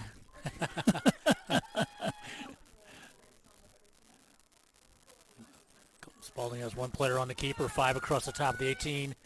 Now they crash the 6-yard box. Near post. Near post. It's into It's the side side, of the net. side Ooh. netting. Ooh. Substitutions for the Panthers. 3. Cabral's off for Petrovsky. Schulz is off for Valenzuela. And Turner is off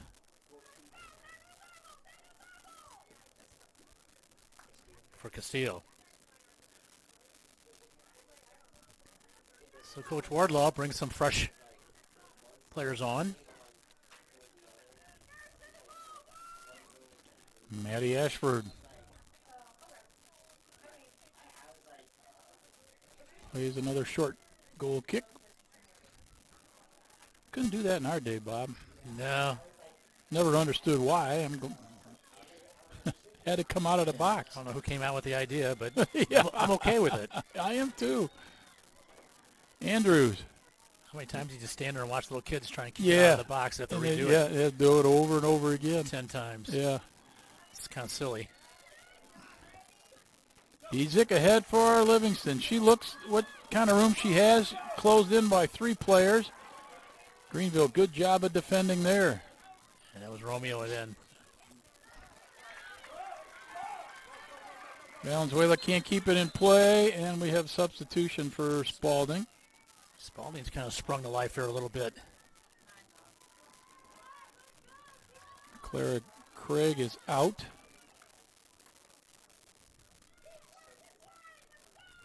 Light Hall back in. Yeah, I think that's her. Spalding ball. Livingston trying to find some room on the sideline. Lost the ball. It'd be throw in for Greenville. She He's not happy about it. Dietzick trying to get it to Livingston. Ballwins back to Graves. Swings it to the right side. Nice speed. Nice speed. Nice defense. Absolutely. There's the cross into the middle. Ball's got a lot of English on it. Ooh, there's a bump. Good no call. Long shot by Kern. That'll give time for everybody to regroup as Greenville will get the goal kick. Referee will bring on some additional players. Well, Bob, I would say that Spalding has had the edge certainly in the second half, but Greenville had the one golden chance to score. These last 10 to 15 minutes for sure. I think one of the things I've noticed is that Spalding is driving the ball, Jim, up the field very, very quickly through the middle of the field, hoping, I think, for some mistakes to be made by the Greenville defense. Or get a fortuitous bounce. Yep, Or something to make something happen. Might be the first time I ever said fortuitous on the air after all these years. You got a lot of people wondering what the heck you're talking about. They don't want to ask me to spell it. Greenville ball overruled by the referee. They are overruled.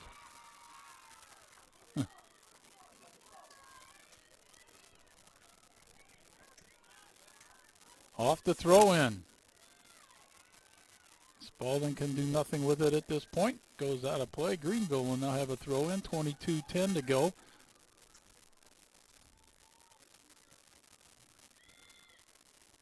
Graves steps up. Petrosky trying to get through a herd. Plays it forward. They're going to let that go too. Yeah. Okay. Emerson. Or Livingston plays it ahead.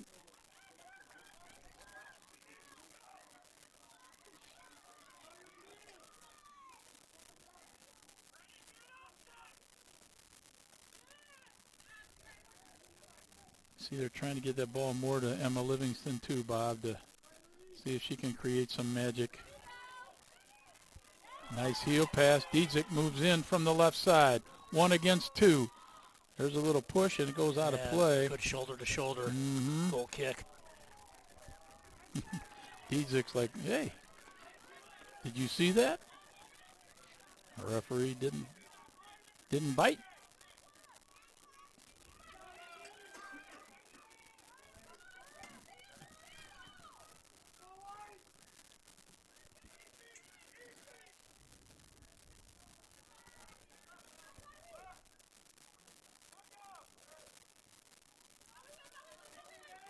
Kern keeps it in on the near sideline, picks it out of the air. Greenville stops that. Graves steps up. Center circle, 1 hop. Foot race. On the right side, looking for the cross. There it is, right through the top of the goal box, the keeper box. Ball stays in play. Greenville has to play it. Out of bounds it goes. Throw in. Greenville lost the ball, Jim, at midfield there. Almost paid the price. That didn't miss connections by much. No. Going through the box. Got to win those 50-50s at midfield if you want to be Trentman out of your own end of the field. Trentman had a good cross. Kern had the throw in, goes off her teammate, goes back out of bounds. We had $1 for every throw in this game, Robert. We could have a nice steak dinner on the way home. That sounds pretty good. Deep in their own end, Greenville will have the throw in. They'll gain about 15 yards on that. They'll get another one. Dietzick heads it towards the middle. Lighthall steps up. Lighthall. Campbell.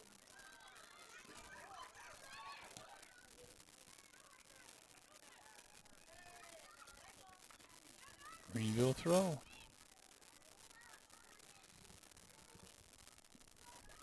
What are you going to do with that? Livingston with the steal. comes in, left side. There's the cross, right through the face of goal, and chased down by Ashford, and we're going to have a foul back here. Wow. They're going to pull it Let back. that play on, and then they're going to, you said it come back. Livingston took a hit after the cross. And she's back to her feet. It's a dangerous opportunity here.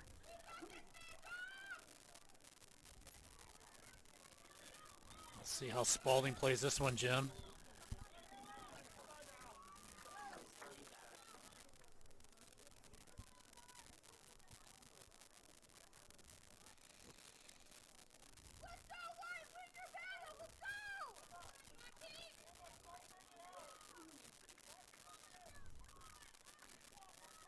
Madison Ashford gets her wall where she wants it. Watch it for a post. Dangerous! Oh, it's punched over the top.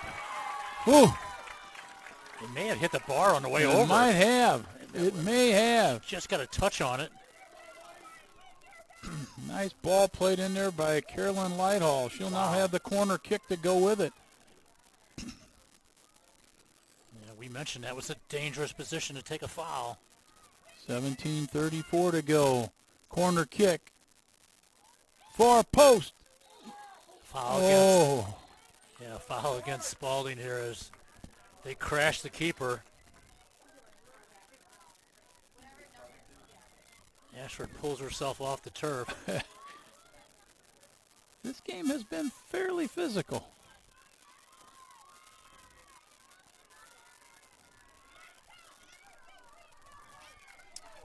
Clock running, 17 minutes to play. Second half, scoreless. Championship is on the line here between Greenville and Spalding. Andrews steps up. Nice defending there. Substitution for the Panthers and the Golden Eagles. Trinity Bowen steps back in. Maddie Campbell comes off.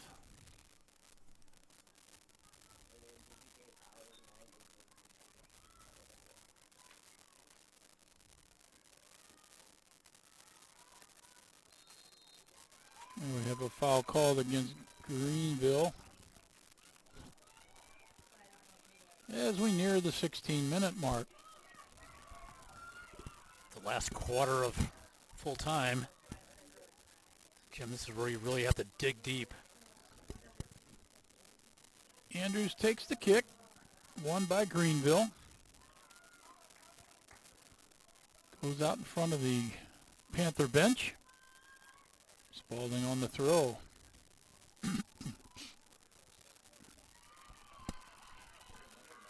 Spalding gets the ball.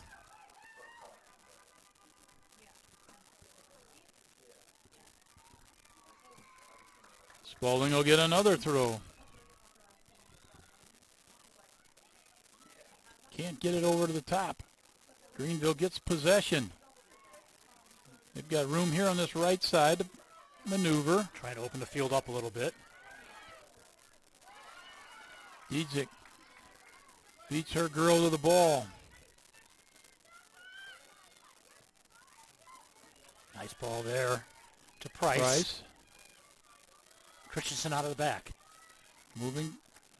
Lays it to the left side. There's the cross. Look out here. And there's the keeper, Sophie Young-Nuwadi. She hasn't had too much to do here in the second half thus far. Diedzik challenged. Challenged again. Rodden playing tough over here for the Panthers.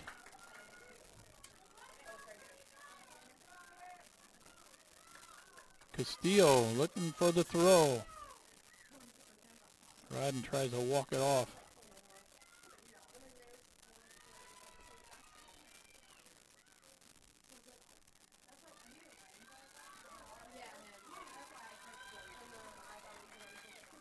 Livingston forces a throw in. Now it's Kern.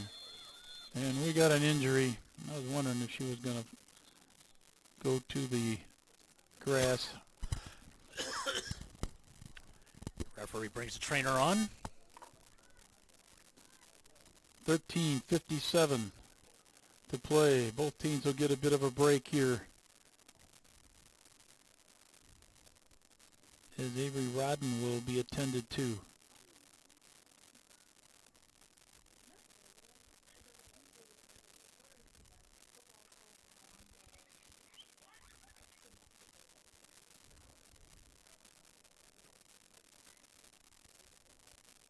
So Jeff Wadlaw calls his team over to the bench. Spalding meets in the center of the field, and now they're going to retreat to their bench.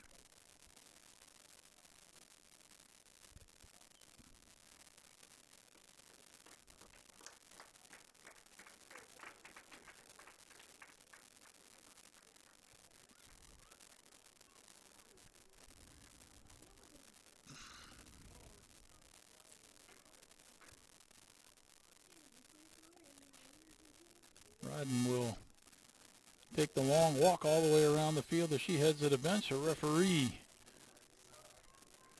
calls the players back on the field.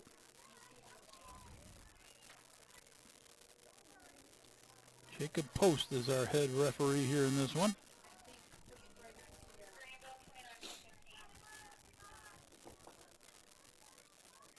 Angie Russo comes on for Rodden. Replaces her, and we are ready to go. 13:57 to play. Emerson Kern waits for the whistle. There it is, and we are back to play. Takes one bounce.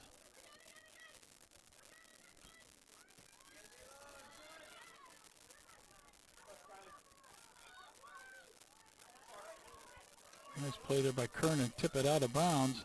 Slow some momentum down. Dietzick gets back. Valenzuela knocked that off of her. Substitutions. Scholes is back in the game. Turner and Cabal. So Greenville is ready for these last 13 minutes.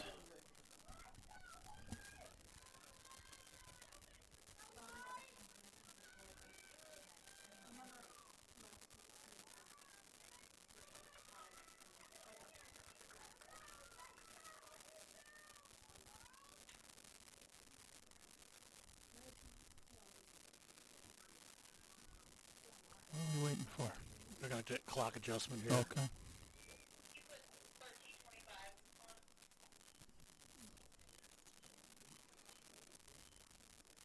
There we go.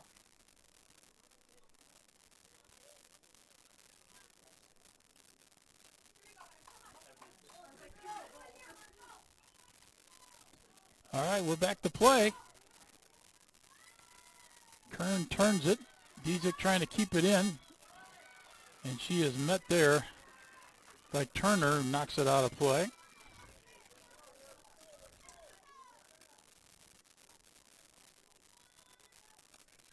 Kern with a long toss. It's flicked forward.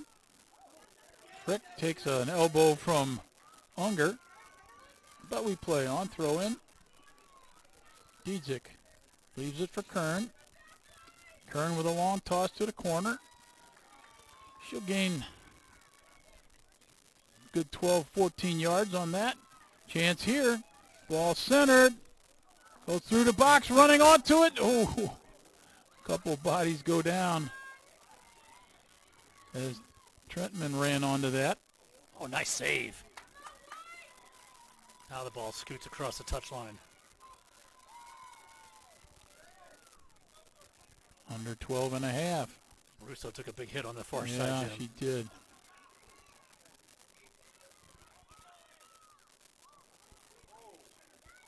This ball's headed into the box. Look out here. Offside. Offside. Got caught. Ungers trying to pull herself back together there. It was a high boot. May have caught her a little bit.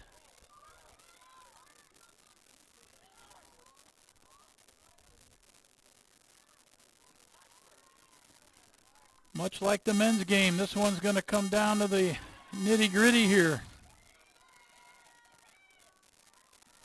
Lyon won in the second overtime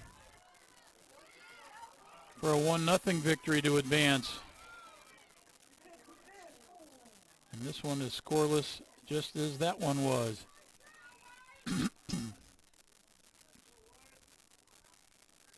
Turner.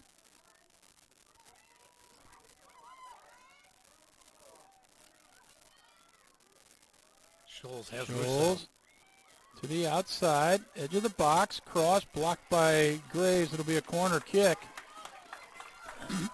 Greenville now with an opportunity with 11 minutes exactly to go. Big opportunity here.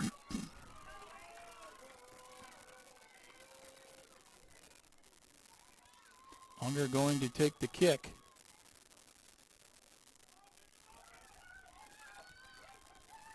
Romeo up from her center back position. She's a Tiger.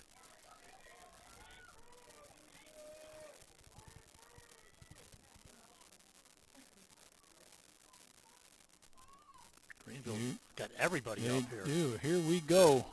They're open to a counterattack if they don't get Ball back. is right out front. Headed out. Still on the edge of the box. Cabral can't get it through traffic, but she does earn another corner kick. We switch sides.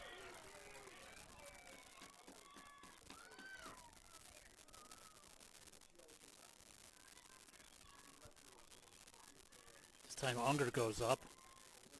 Romeo stays back. Kellen Price goes up.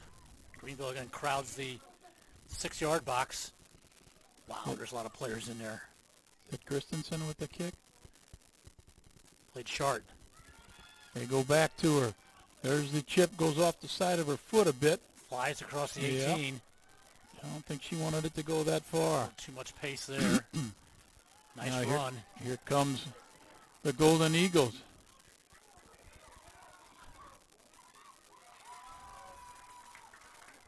And they'll throw it in. He will.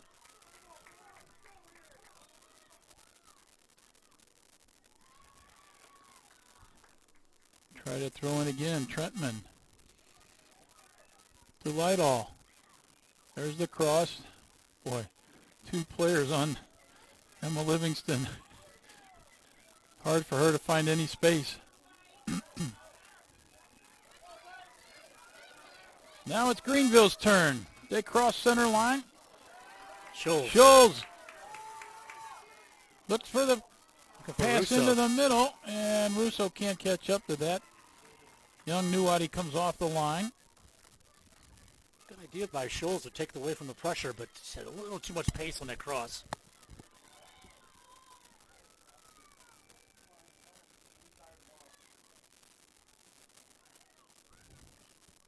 Lightall over the top. Dangerous here. Running on his Frick. Can't get to it.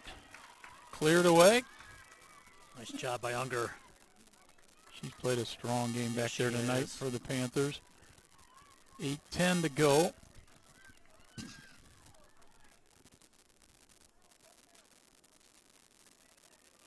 Oh, wasted throw in there. High drama here at Francis Field in the women's final. This is going to be another heartbreaker for the loser, and as we said, it'll be ecstasy for the winner, as we said in that first game, and that's what we saw. Cross coming in. Spalding calling for a handball right at the top of the box. Nothing doing. 7.5 to play. That's where the players have to pull all the energy they have left. Nice Nice move by turn. Frick. Nope. Can't keep the ball, though. Scholes. Nice move there. She's got a winger here. Got a runner out here on the side. Here it comes. Oh.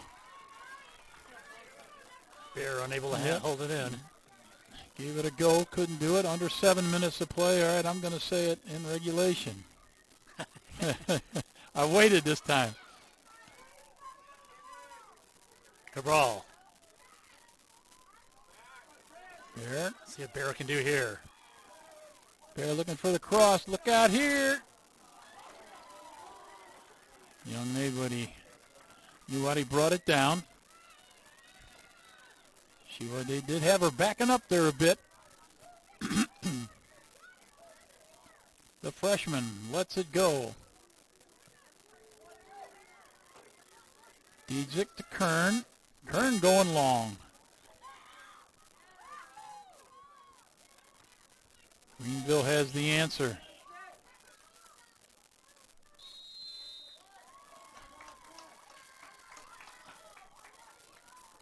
Cabral called for the offside. Offside. Linesman's right there. May have been the over and back there, Jim. Yeah, when she was offsides when the ball was played and then came back to get it.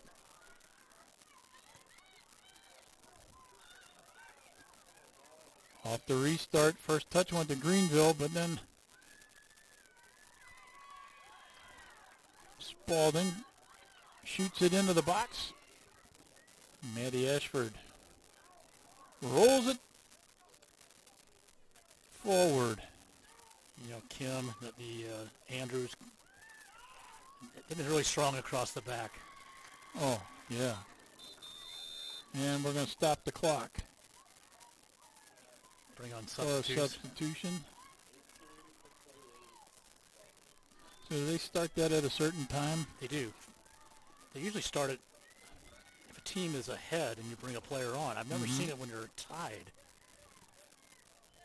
I don't know. I can't keep up with all the rule changes anymore. I agree. That one's got me. If you're ahead in the Yeah. last 15 minutes and bring a player on, they stop the clock, thinking you're delaying the game. Right. There's no advantage here for either team to make a sub in terms of delay. Nice step up there by Price. At least in my mind. Yeah. No, I agree. Simpleton. Scholes.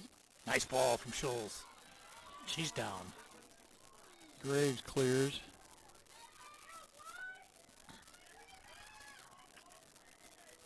Inside the final 5 minutes now. 4:40 to play in regulation. Throw in for Greenville. Now they're deep in their offensive end. Graves. Boy, she is, for a freshman, she is showing some tremendous talent in that backfield. Looking for the cross. Headed away by Kern.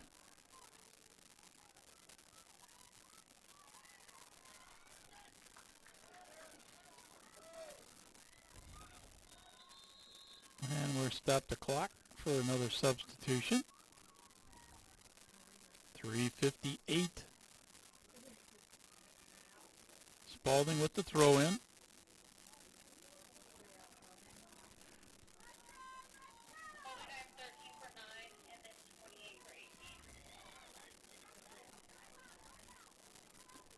Here comes Greenville, looking for the ball into the box. There it is.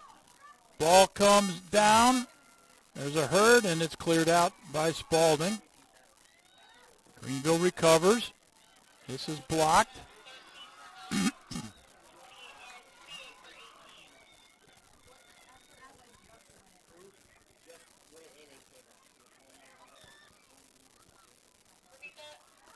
Greenville comes away with a loose ball.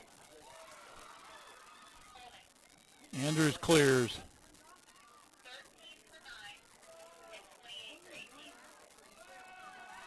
Greenville with 3:08 to play. Edge of the box, looking for the cross. There it is. Ball comes to the keeper. And young Nuwadi cuts it off. Waits for her teammates to clear. And with 2:52 to go, she punts towards midfield. Kern has it. Lots of pressure from Greenville here, Jim. Frick challenges. Booted in there by Spalding. Zebarth. And we have another substitution. Zebarth will come off.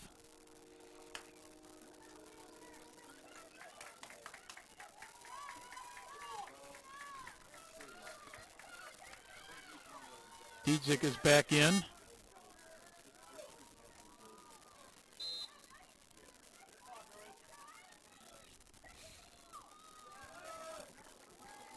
Throw in, headed out. Throw in again. Headed towards the middle. Greenville looking for the clear. And that one's just sent into the darkness by Maddie Campbell. And it'll be a goal kick. It'll be around 2 minutes to play when Ashford puts this one into play.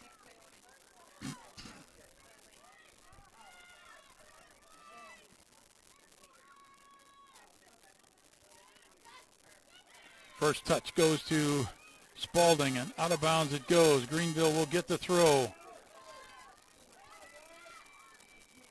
Turner gets it back, plays it to the middle. Graves steps up.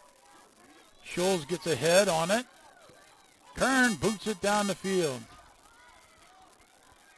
Frick. This could be dangerous here. Couldn't come down with the ball. Spalding will have a throw. 1:15 to play in regulation. Jimmy talking about Graves. Only a freshman back there. Mm-hmm. She's been tremendous tonight. 60 seconds to go. Trentman heads it towards the middle. Graves makes a play.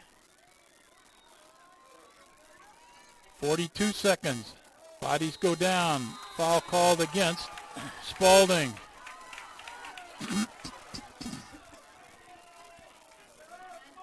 $30 seconds. Stop the clock. They're not going to get back. Unger lets it, ready to let it go. Clock ticking down. 15 seconds. She puts it into play. Headed out. 10, Nicely done. 9, 8, 7, 6, 5, 4, Graves is going to clear it out of trouble, and the ball rolls through the center circle, and we have another scoreless game through 90 minutes. So we're headed to OT. Headed to OT again. Both games into overtime here today in the SLIAC Conference Championships. We're going to take a quick break here. It's a 5-minute intermission for the teams to rest up a bit, and we'll be back for 2 overtimes, possibly, and penalty kicks, possibly, or that golden goal. Stay with us on SLIAC TV. I want to say thank you. You know, a lot of your work doesn't get the appreciation that it deserves. What you do is lift up all of us, and you do that so selflessly. We all have the same goal, which is to tell the great, incredible stories of these athletes in the college community.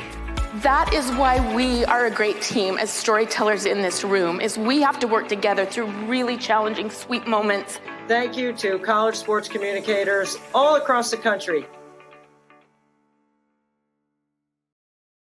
I've had a great time with our Special Olympics event. We've been able to connect with a variety of athletes and just see my sister flourish in an environment where she's a star.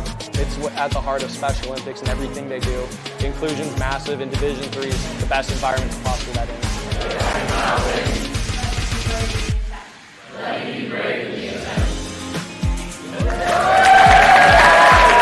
To be involved with Special Olympics means everything to me. I love the community, I love the vibes, I love the energy, and it's truly a great experience to interact with the Special Olympic athletes and my fellow peers. JD beat me in spike ball multiple times. We don't talk about it, but it happened a lot. For the love of the game. That's what it's all about, they say. But for those of us who are Division III student athletes, it's more than that. It's more about team and the schools and communities we represent. And for the many of us blessed with the strength to compete in sport at the college level, we understand that with what we were given comes a special obligation. Our obligation to help those who have their own special needs and whose love for the game is no less intense. That is why NCAA Division III teamed up with Special Olympics.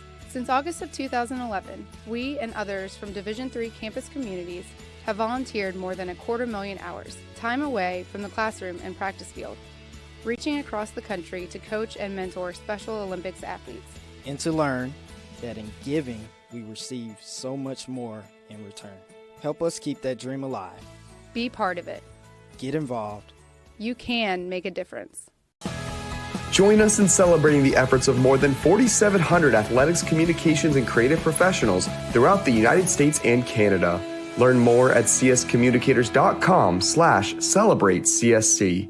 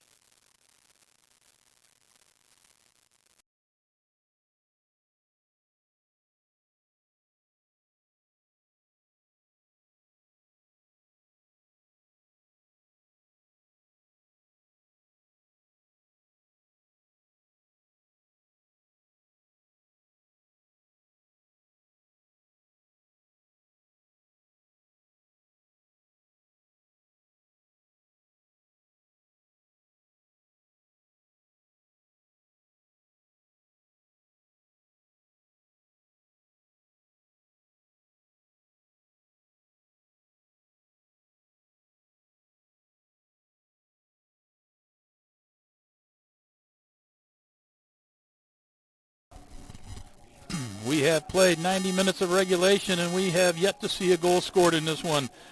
The SLIAC championship is on the line as we head into overtime. We have the possibility of 2 10-minute periods, but there's also that possibility of that golden goal. Who will get it between the number 2 ranked Spalding Golden Eagles and the Greenville Panthers? Some stats from the first 90 minutes. Shots, Panthers 8, Golden Eagles 7. Corner kicks 4 for Greenville, 2 for Spalding. Shots by the period. Shots on goal are saved in the game, I should say. 4 shots on goal for Spalding and 1 shot on goal for the entire game on the goalkeeper, Sophie Young-Nuwadi.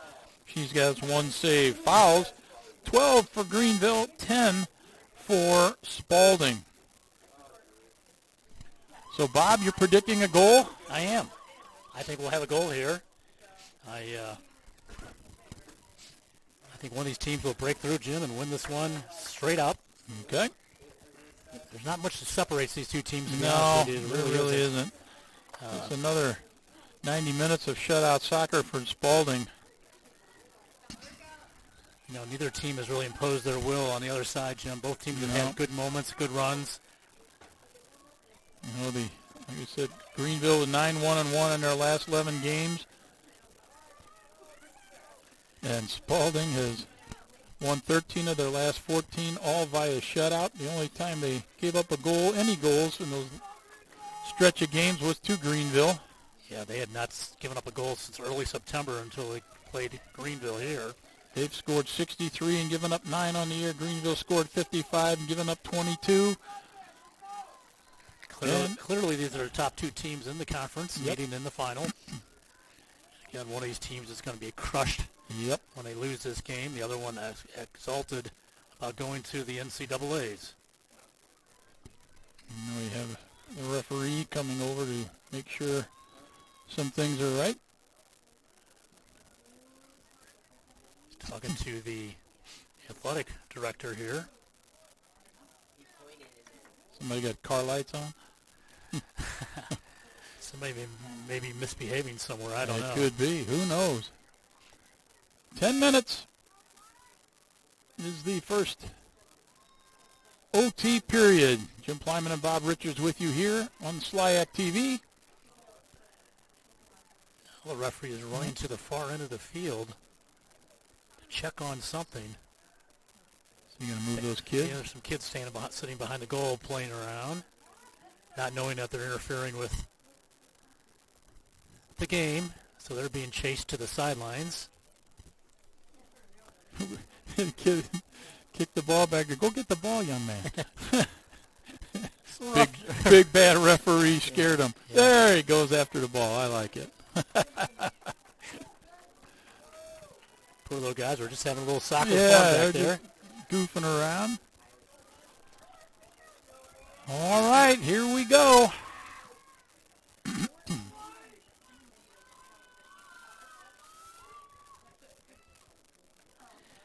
We're ready to go. Spalding will center off. Kern boots it to the corner. The ball takes 2-3 skips, and it goes over the end line, and we'll have a throw in.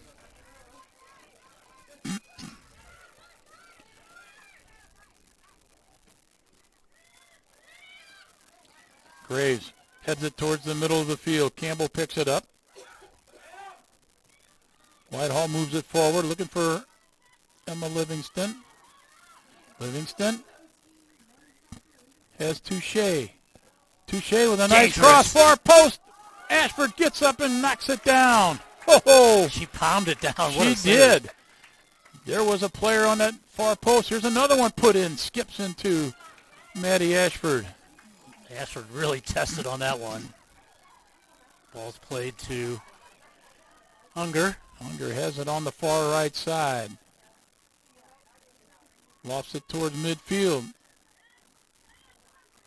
Petrowski. This one's going to roll out of play.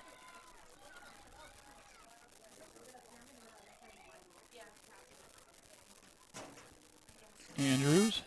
Where's that winning goal going to come from? And how soon will it happen? Andrews with the clear. Or that might have been Kern.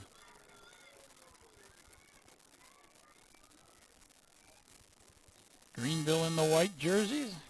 Dark blue are the Spalding Golden Eagles. Greenville has the throw in.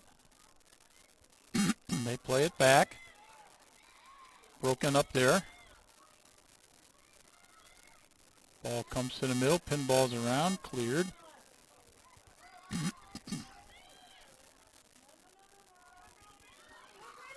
Livingston can't get here. Here's a long boot. Watch this bounce. And young Nuwadi has the play. She lets her teammates clear out. She gets underneath this one. It's a little shy of the center stripe. Scholes, nice turn. Plays it outside, nobody there. Kern moves it forward, but misses connections, goes out of play. Throw in for Greenville. Second game of the day, second overtime of the day. We are in golden goal time. Nice touch. Livingston plays it outside. Touche can't keep it. Going the other way is Greenville. Rousseau forward. Not there. Andrews misses connection. She gets help. And it's cleared. Nice step up by Unger there. Now going over the top. Foot race, Livingston, dangerous. can she get there? Nice shield. Don't lose the ball here. Greenville makes the play. Under pressure. A lot of pressure there from the offensive player of the year. Here they Nice come run. in from the left side. Ball comes loose. Chance to tee it up at the flex. Cleared. Touche. Centers. On goal. Oh, just over the top. That's a good shot on goal, just over the bar. Taylor Touche just missed being the hero. 6:12 to go. She's had a good game. She has. Goal kick.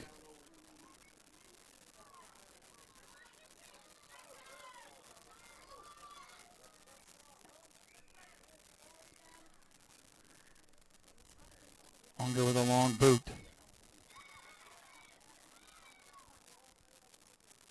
Oh, man. You're going to commit a foul. Yeah, well, that's about right. Yeah, commit a real one. Yeah, that's right. A no doubter. Let's see where Unger puts this ball. She's got Romeo, and she plays it to her. Romeo to Christensen. Whoops. Whoopsie. Got to get the ball first, no matter what sport you're playing. Now keep that head down, see where the ball is. Talking about your golf swing. Yeah, you've seen me play. On the throw-in from Graves to Touche.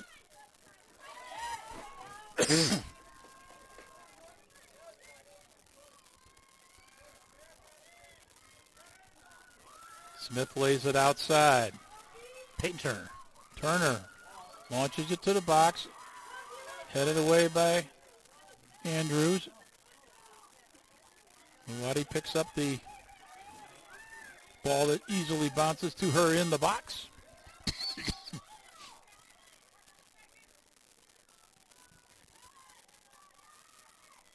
This boot gets across midfield. Livingston heads it. Looking for Frick. She can't catch up to it. Greenville returns. Nice two touches. Yeah, nice give and go there. Oh, Graves again. Boy, she reads things. Reads this field well.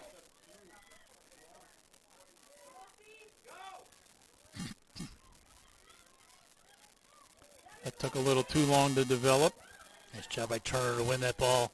Andrews heads it for Kern.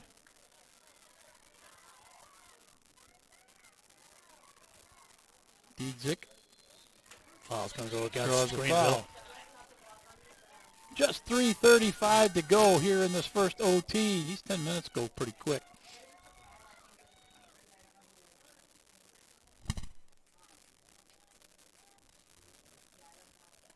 Emerson Kern. Been tireless. This backfield for Spalding just been tremendous. As has Greenville. This one skips through everybody. And Ashford lets the ball come to her, and she boots it right back towards midfield. It is in the center circle. Takes a bounce. Smith moves it forward. Graves with the left foot clears it. Here comes Greenville. Ball played on the ground, and there is Graves. Unger to the outside. Here comes the cross. It's shy. Headed away. Frick with the header. Looking for Livingston. Doesn't get it. Oh, and a missed kick. Here comes Frick. Does she get there? Down she goes, and they play on. All ball. Got all ball. Play on. That brought the crowd to life. This one's tipped out of bounds. That went off of Greenville, in my opinion. Yes. My opinion matters for once. Graves has the throw. That's what we were talking, Jim. Just about a slip or something slips through the defense. There, you slip on some wet grass. Be game over. Yep. Under 2 minutes to play in this first OT. Golden goal time. Who's going to step up? Throw in. This one goes into the box. Frick challenges. Greenville clears. Throw in deep for Spalding. 90 seconds to go. Touche has the throw. She goes to Frick. She heels it backwards. Nothing doing there. And the ball comes out of play. And we've got a Panther down.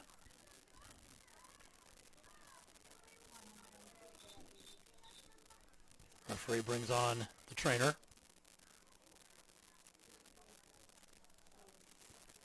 It's Christensen. Christensen. Yep.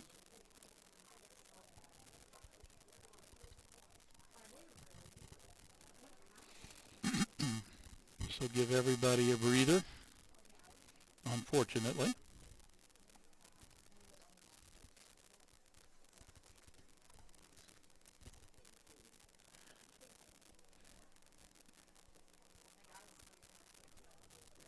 Washington plays such a big part of this defense, Jim.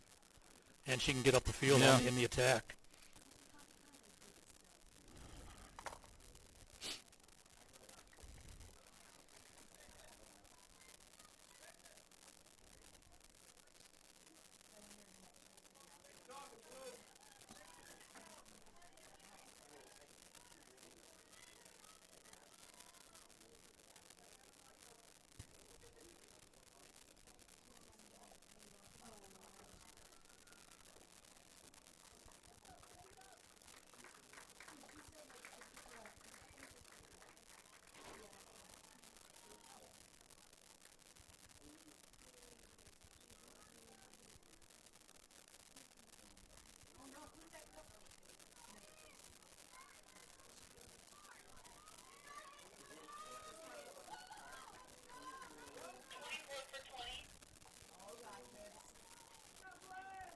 Austin Wubles into the game for these final 118 of this first overtime. Graves with the throw in. Frick. Touche. Played out of bounds by Wubles.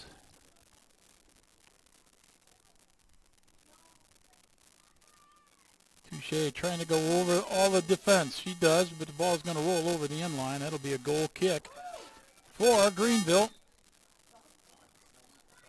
We'll have a sub.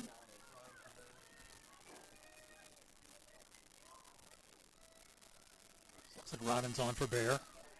Good to see her back. 53 seconds with the clock stopped at the moment. Ashford. Greenville moves it forward. Runs into a wall of defense there.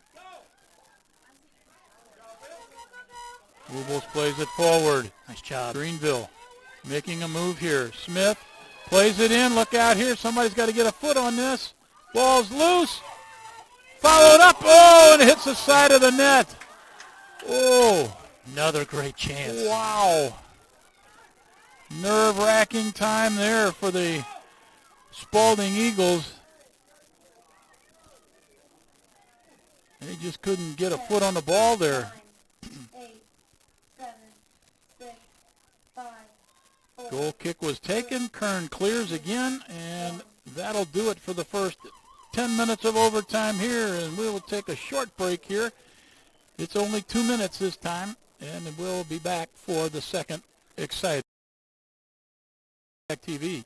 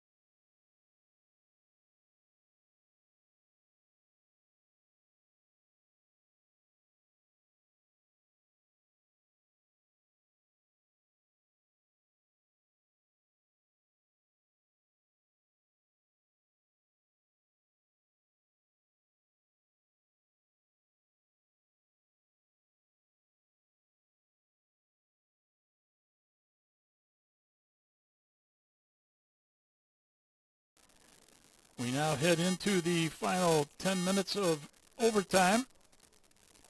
We are still locked in a scoreless match here between Spalding and Greenville.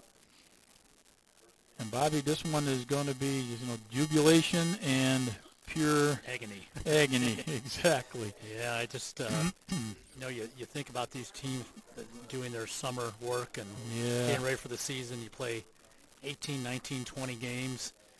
And it comes down to the final 10 minutes and perhaps PKs and whether you're going to go to the NCAA. So it's an emotional time for players, coaches, fans, and administrators for both schools. And the beauty of this game is we work for SLIAC. We get in the car and go home. But we appreciate seeing good soccer. Absolutely. Both of these two teams are well coached, got some talented players on the pitch. And we'll see if it's decided on the field rather than PKs. We got 10 minutes to make that happen.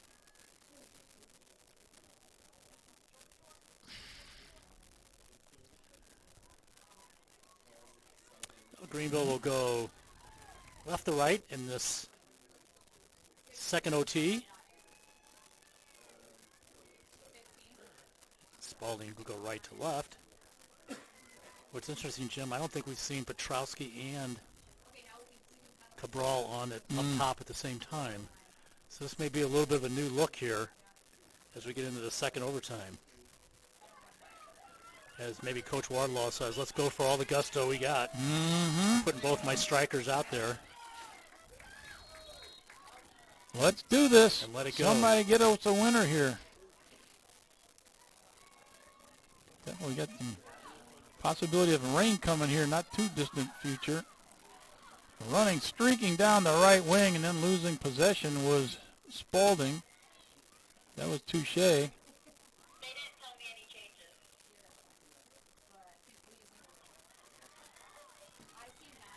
Spalding trying to get the ball into the middle. It's rejected. Petrowski steals the ball. Russo. Playing it forward. Andrews is there. While trying to trade it into the middle. Yeah, Cabral's pass was blocked. She tried turning that in. Didn't work. Now on this left wing. Graves. Shields. Battles with Russo. Keeps it in play. Nice job.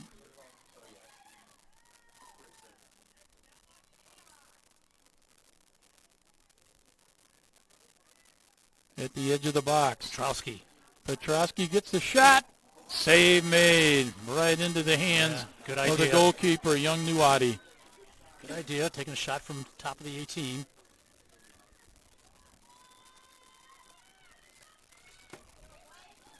The keeper's kick to the center circle. Moving forward is Campbell. Wibbles overruns it. Good defense there. Greenville. Frick battles back. Forces a turnover. Christensen still on the sideline, Jim. She was injured late in that first overtime. Emma Livingston just can't get any opportunity, or at least hasn't so far, Bob, to get a clear crack at goal. Unger with a nice play. And Livingston clips Unger. That got to hurt.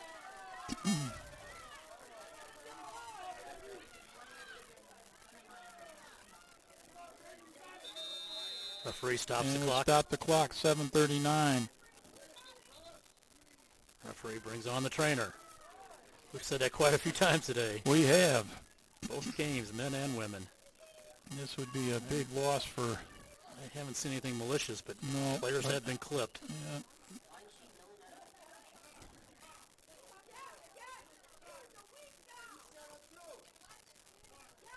Uh-oh. Now we got some parents going at it. It's one thing about coaching. You never have to listen to the parents. You're always on the other side of the field. Yeah, until the referee comes over and tells you, quiet them parents down. Yeah. What? I don't have any. What? What are you talking about? I don't know who they are. I don't know them. Coach Wardlaw on this check on his center back. This would be a huge Yeah, loss. this would be.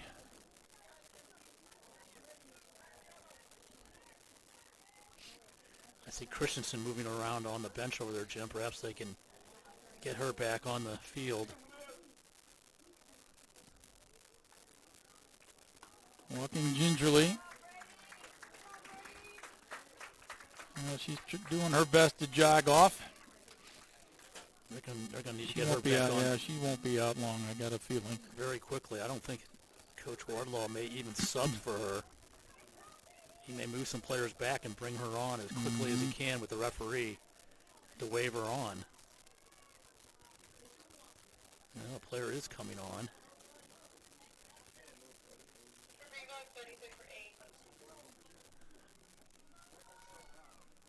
Madison Green comes on.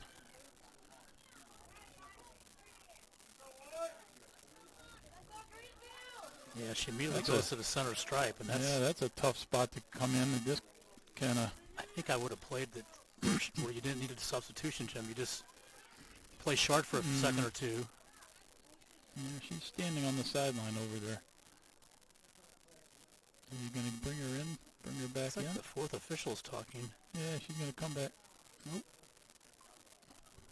I'm not sure what's shaking here. I thought he was trying to wait. Yep, she's going to send her back out. Sub Yep. for substitute comes off. So, short-lived action for Edison Green. Oh, no, maybe I'm wrong now. What?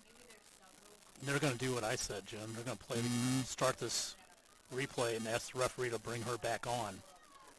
That's the smart coaching move.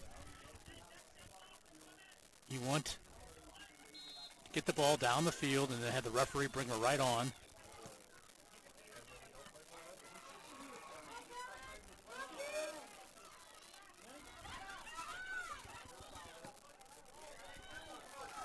Ball played down. Going to roll over the end line. Now he brings That'll her get her on. a chance to come back on. And that's the play you wanted.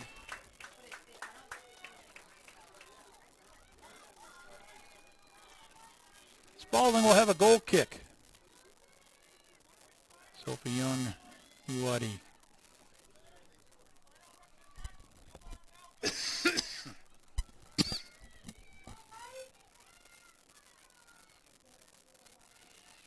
Steps up here.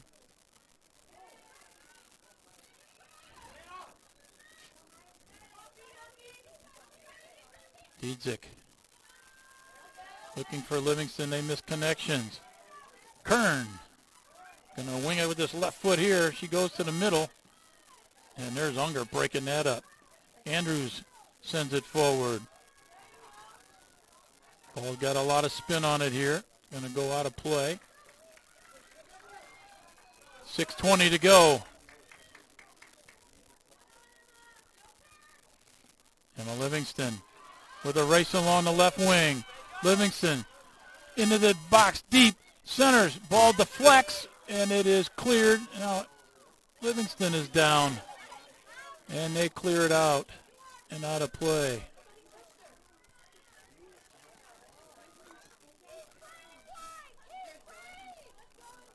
Well, Livingston's got cramps, or she got... I'd say for Peyton Turner, watch behind you. Livingston's behind you. They've thrown some long throw-ins here. Not this time.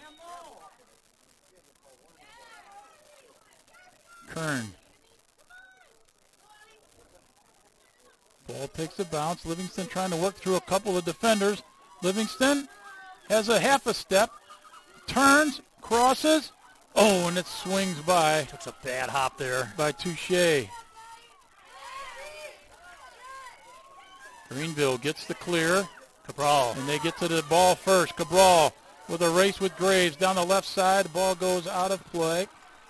Graves with a quick throw in. Touche has it. Touche gets around one. It's around Russo. Touche trying to outrun the defense. Taking on Wibbles. She gets the cross, and it's calmly cleared out by Unger. 4:45 to play in our second overtime. Kern there to break that chance up. Sure-footed. Ball booted high. Unger flicks it out.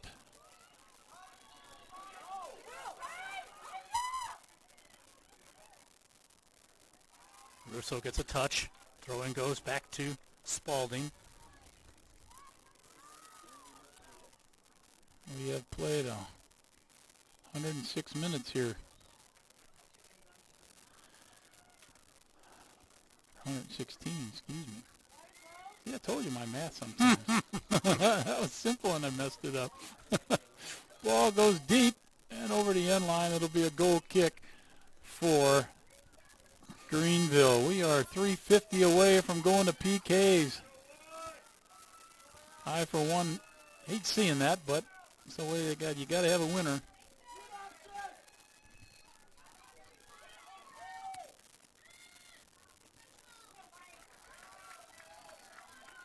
The tireless Emerson Kern gets the throw in. Nice challenge there by Price.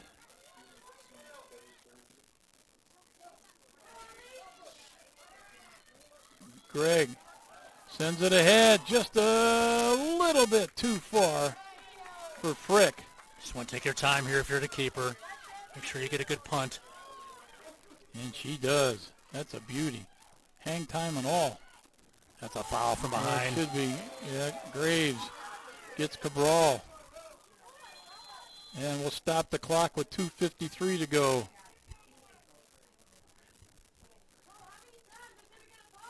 It was a tactical foul there, Jim.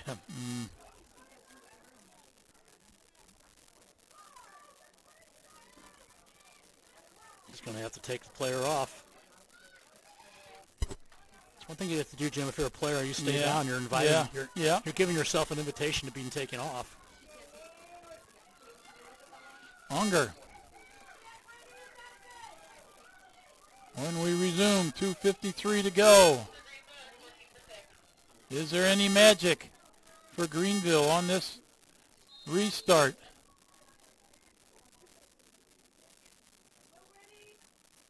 Everybody pushes in. Wow.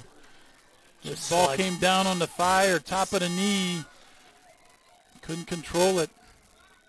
Oh, a little lower or higher. Might have been something. Graves moves it forward. Nothing doing. Greenville is there.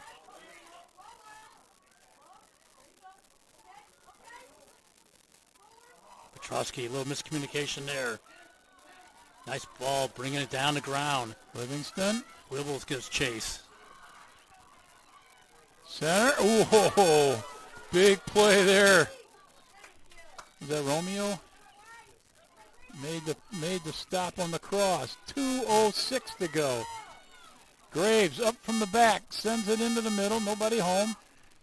And Ashford. You want to wait to get some players off the field here before you punt. A low ball. Mistake. Comes back up. Nice tackle there. Play. 145. Touche. Some tired legs out there. Cross. Right through the face of goal. Diedzik chases. Can't catch up to it. Scholes. Scholes is grabbed. Throw in. Substitution. Cabral back on. Going the way who replaced her heads across the field. She'll be back to the sideline. 1:21 left to go.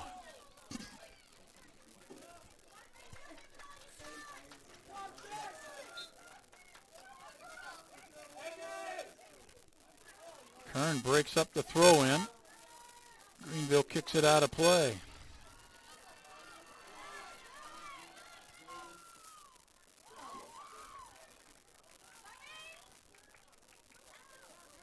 Frick in a battle. It's going to go against Frick. Every time the whistle blows, every fan in the stands, half of them are against the referee.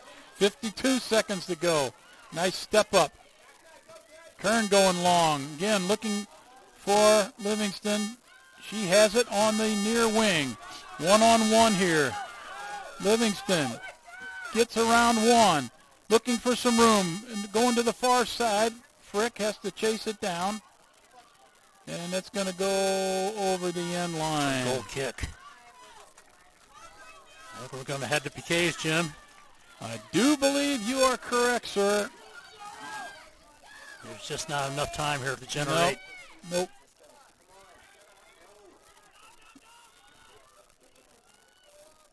10, 9, 8, 7, 6, 5, That'll do it. 4, 3, 2, 1. And to penalty kicks we go, ladies and gentlemen. We have played 120 minutes here. Let's see, 90 plus 20. No, that's 110. I was right the first time. Certainly. Oh. All right, penalty kicks it is. I'm going to help you keep track of these. All right. It's been a long day. Oh, my goodness.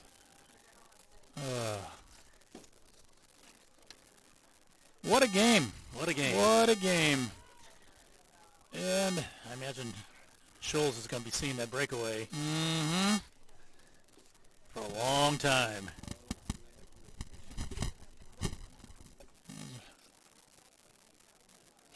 It is going to come down to the penalty kicks to decide the women's champion of this year's SLIAC conference title. Greenville is the defending champion. They have 2 titles to their name, 1 title for Spalding.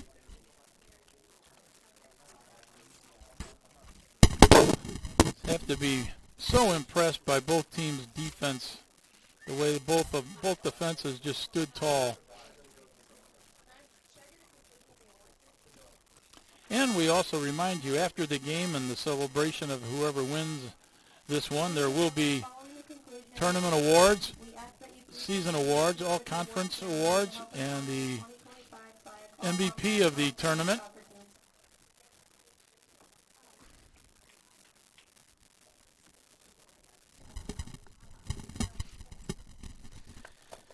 Well, Jim, it's been a while for me to see a PK final. Yeah, of this kind of importance for sure. Yeah, it's been quite a while for me. It'll be interesting to see who the 2 coaches select their 5 shooters. Again, it's best of 5. If it's tied after that, it'll be sudden death. Mm-hmm.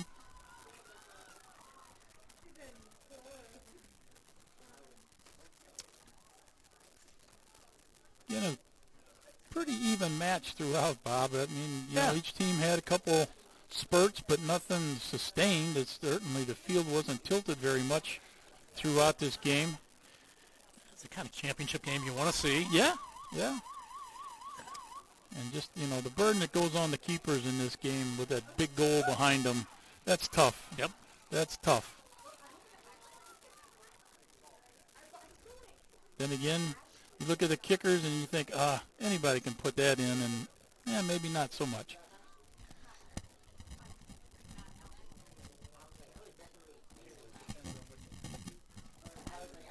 Depends which end they go to.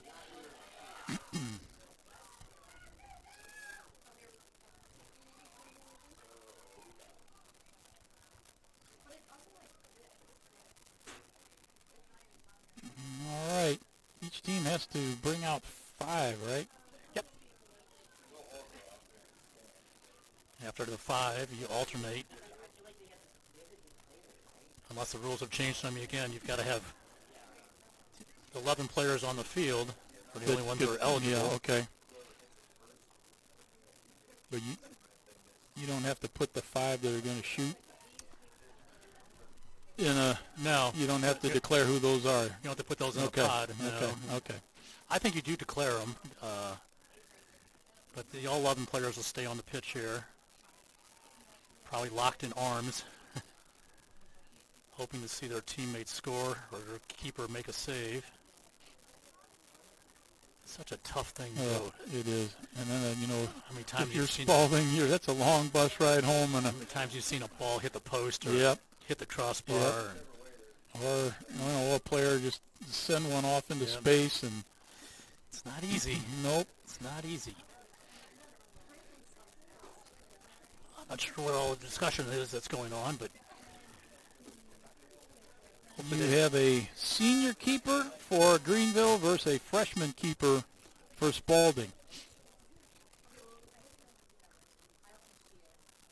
I can't imagine, unless they're like she's on a club team that young Nawadi has had too many of these through a high school career. And, those are games that are usually a tie is a tie unless you're in districts or state or something. Yeah, no I don't know, but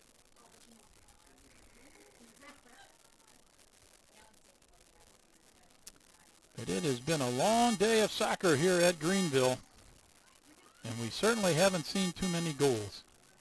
They're going to shoot to our left, it looks like.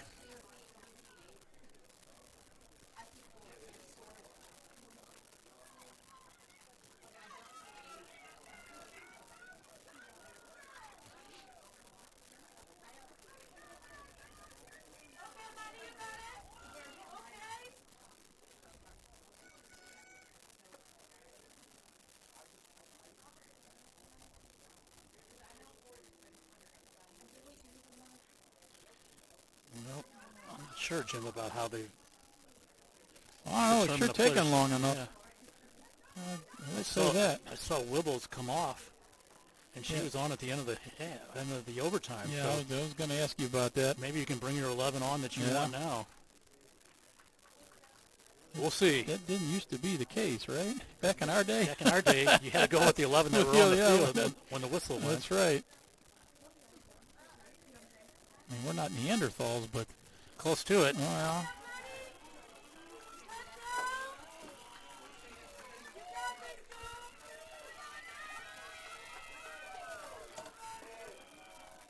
So Emerson Kern will take the first one.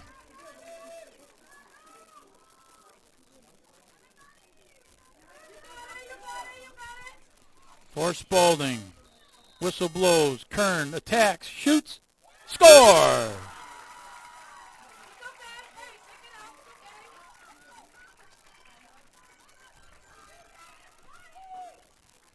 Petrovsky will take the first one for Greenville. It's up at the top. Here, right here.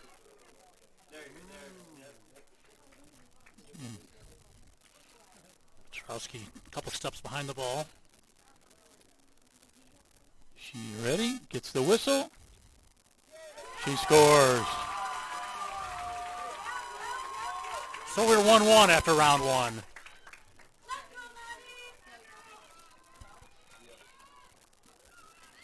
All right. It's the offensive player of the year, Emma Livingston.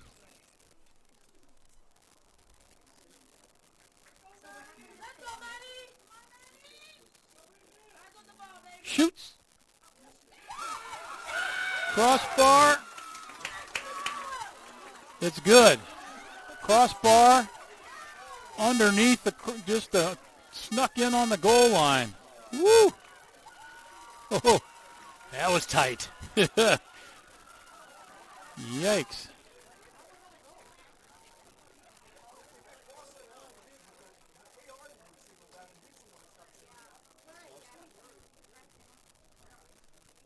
Next shooter. Long scores. So we're 2-2.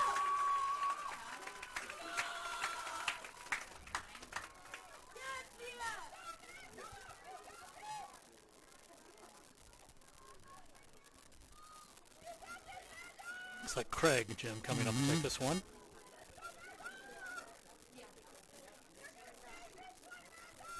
Craig sets it on the dot. Shoots. Scores. 3 out of 3 for Spalding.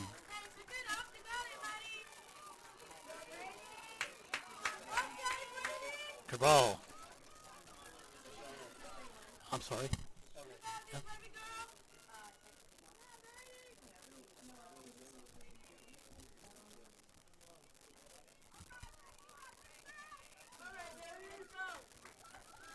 See the 8 jersey. Unger. Got it. Nicely taken by Unger.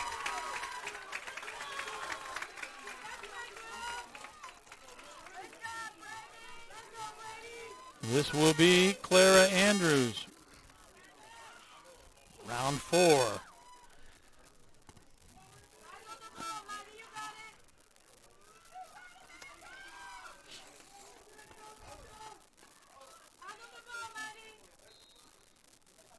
Shot. Goal. Easy score there. 4 for 4 now for Spalding.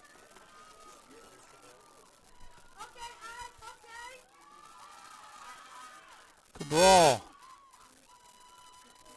gets her turn now.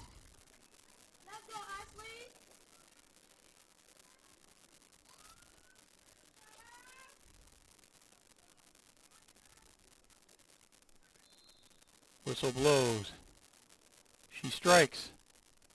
Gets it in. 4-4. Now the pressure really mounts. Like there isn't enough already. And this will be Maddie Campbell.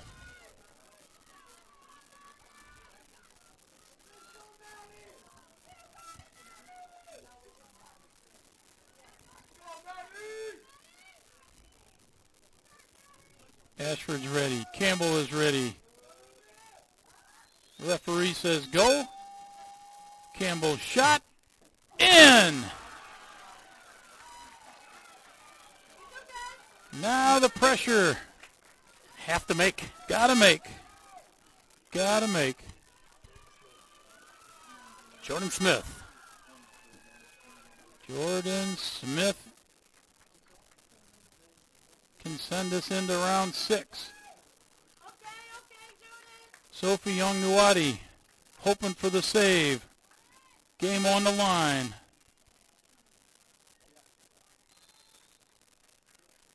Smith addresses, shot, scores! Now we're in sudden death. Sudden death of the penalty kicks. 5 for 5. Both teams are perfect. We're in round 6.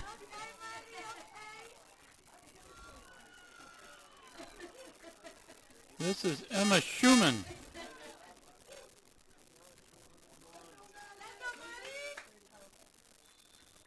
Shot, goal. Wasted very little time there.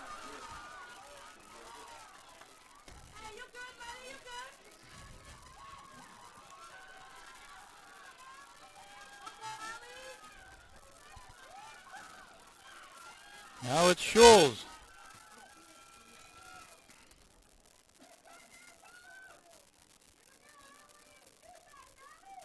Sixth round. Game on the line. Here we go. Whistle blows. Scholes shoots. Save is made! Save is made by Young Nuwadi, and Spalding has won the 2025 SLIAC Conference Championship in the 6th round of penalty kicks. The ball was to the right of the keeper. She was able to slap it away. And it's jubilation for Spalding and heartache for Greenville. Congratulations to Spalding, Jim. Big win here at Greenville. And a tough defeat for the Panthers. The SLIAC Conference regular season champions will not go to the NCAAs. And this senior class has seen a lot of success for Greenville. But it ends with a defeat here tonight. A lot of these seniors had played their last game here at Greenville. And a very young, robust Spalding team goes on to the NCAAs. And congratulations to them. They played a terrific game and had a great season as well. They've been terrific defensively. Found enough offense tonight in the PKs to win it. Boy, we were 5 for 5, 10 for 10, if you will. Got to the 6th round, and that's where it ended.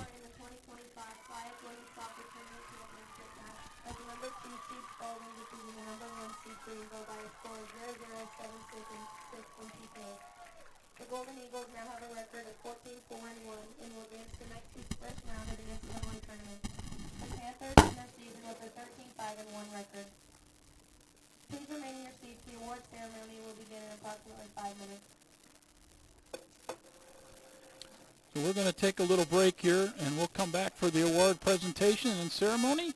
You're watching SLIAC TV, powered by collegecast.com. I want to say thank you. You know, a lot of your work doesn't get the appreciation that it deserves. What you do is lift up all of us, and you do that so selflessly. We all have the same goal, which is to tell the great, incredible stories of these athletes in the college community. That is why we are a great team as storytellers in this room, is we have to work together through really challenging, sweet moments. Thank you to college sports communicators all across the country. I've had a great time with our Special Olympics event. We've been able to connect with a variety of athletes and just see my sister flourish in an environment where she's a star. It's at the heart of Special Olympics and everything they do. The inclusion's massive, and Division III is the best environment to foster that in.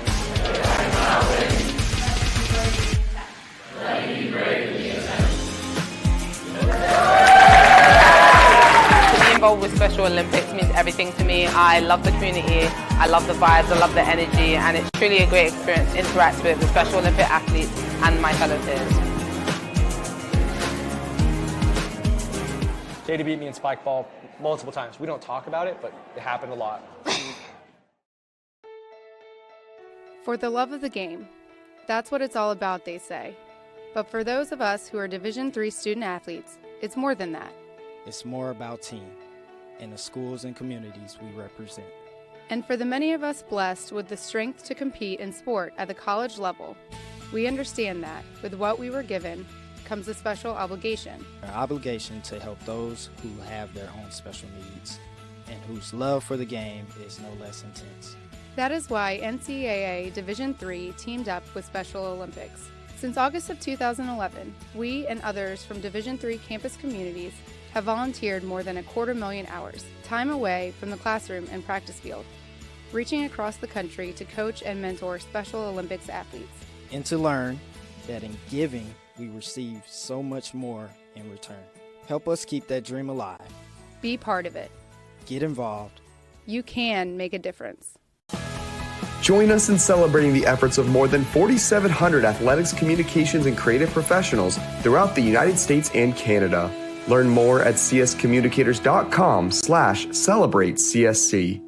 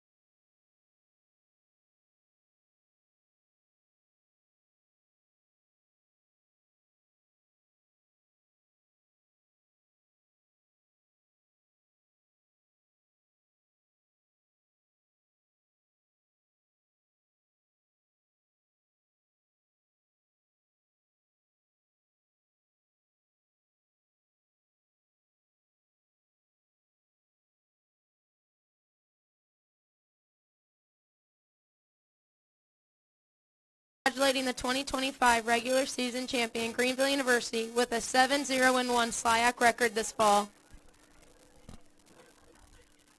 Next, we recognize the conference's value on sportsmanship. First, with the Team Sportsmanship Award.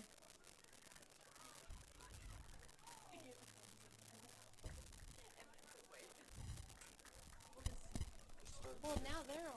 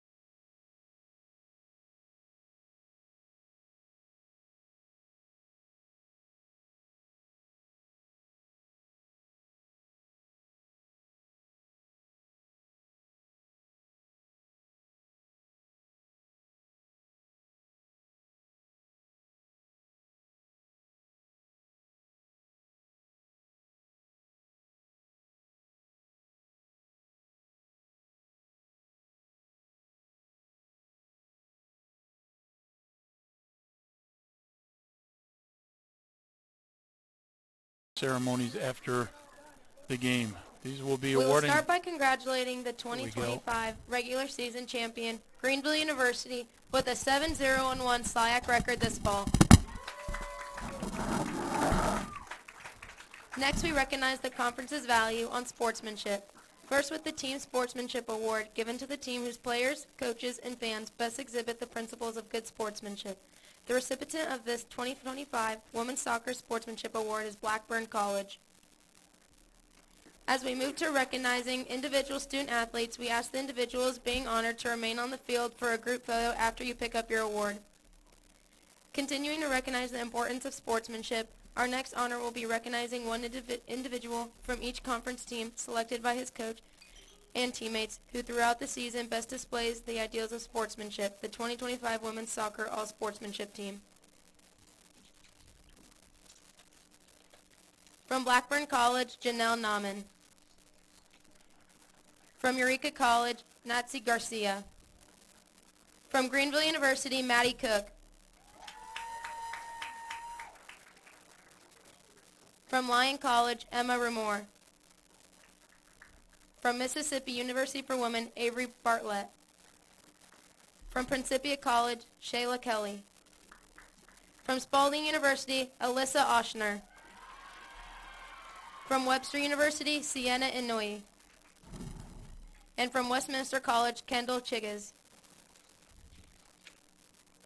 Now for the 2025 SLIAC Women's Soccer All-Conference, starting with those individuals receiving third-team honors. From Westminster, Molly Engel. From Webster, Marin Soto.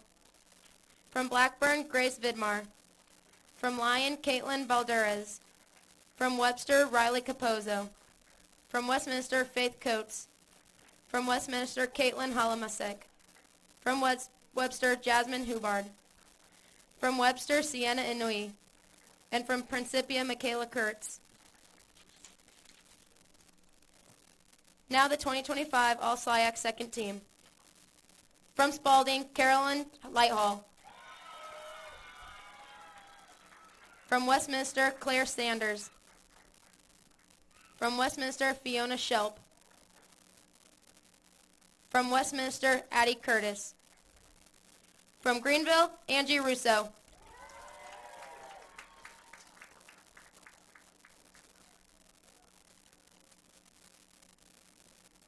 From Greenville, Jordan Smith.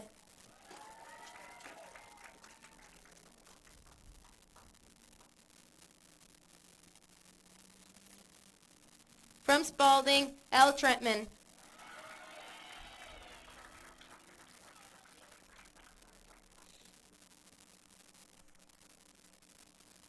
From Spalding, Clara Andrews.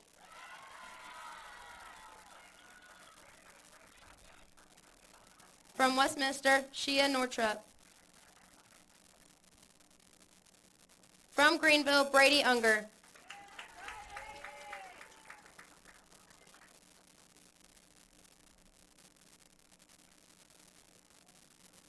From Greenville, Madison Ashford.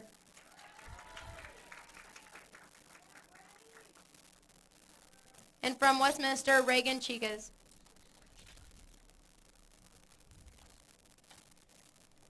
And now the 2025 St. Louis Intercollegiate Athletic Conference All-Conference First Team. From Webster, Malaya Blakely.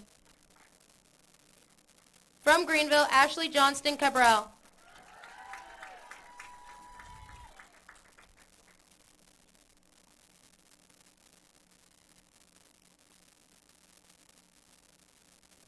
From Spalding, Emma Livingston.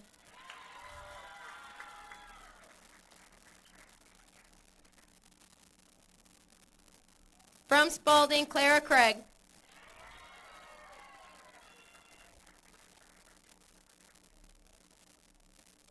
From Webster, Peyton Montana.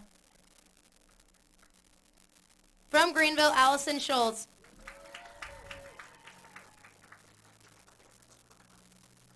From Webster, Mia Smith. From Spalding, Madison Diedzik.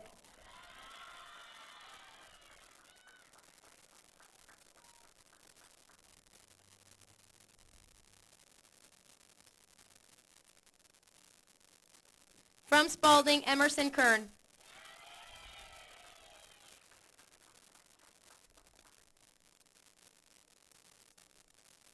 From Greenville, Alexis Romeo.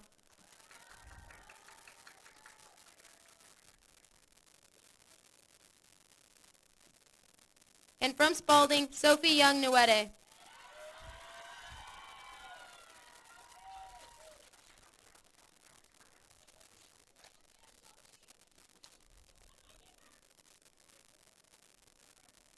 And now for the 2025 individual award winners.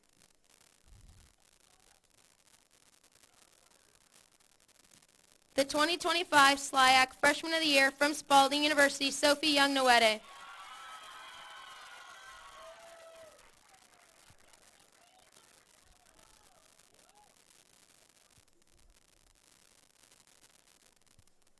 The 2025 SLIAC Coach of the Year from Spalding University, Jordan Vihar.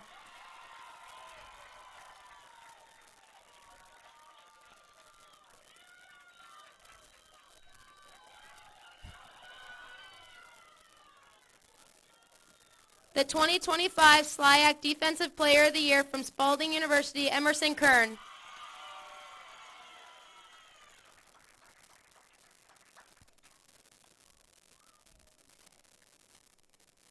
And the 2025 SLIAC Offensive Player of the Year from Spalding University, Emma Livingston.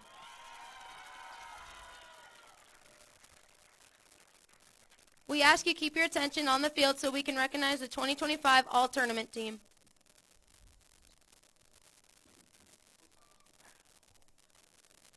From Lyon College, Zoe Papazoglu.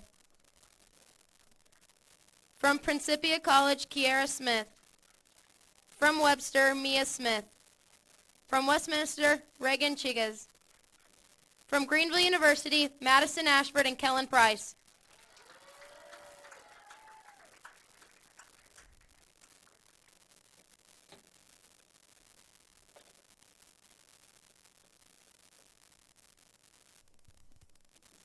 From the Golden Eagles, Elle Trentman and Maddie Campbell.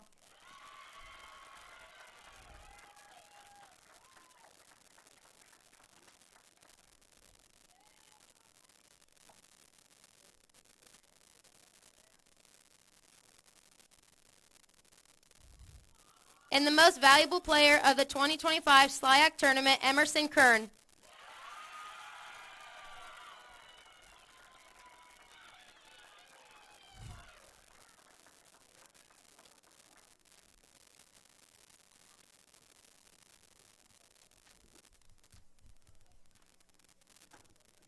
And now, the 2025 SLIAC Women's Soccer Tournament champion and recipient of the conference's automatic bid to the NCAA tournament, Spalding University.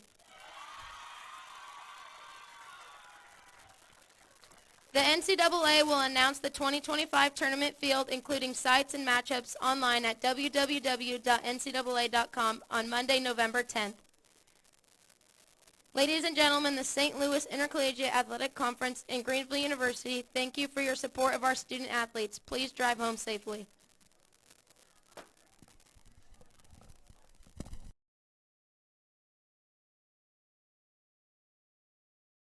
Greenville University, as the day concludes, 2 games that went into overtime. It was Lyon defeating Greenville 1-0 in the second overtime, and in this one, it was Spalding on penalty kicks, 6-5 over Greenville. That is going to do it for us here on SLIAC TV. For my partner, Bob Richards, my name is Jim Plyman. We thank you for joining us throughout the day, and we hope you have a great rest of your weekend. Good night, everyone.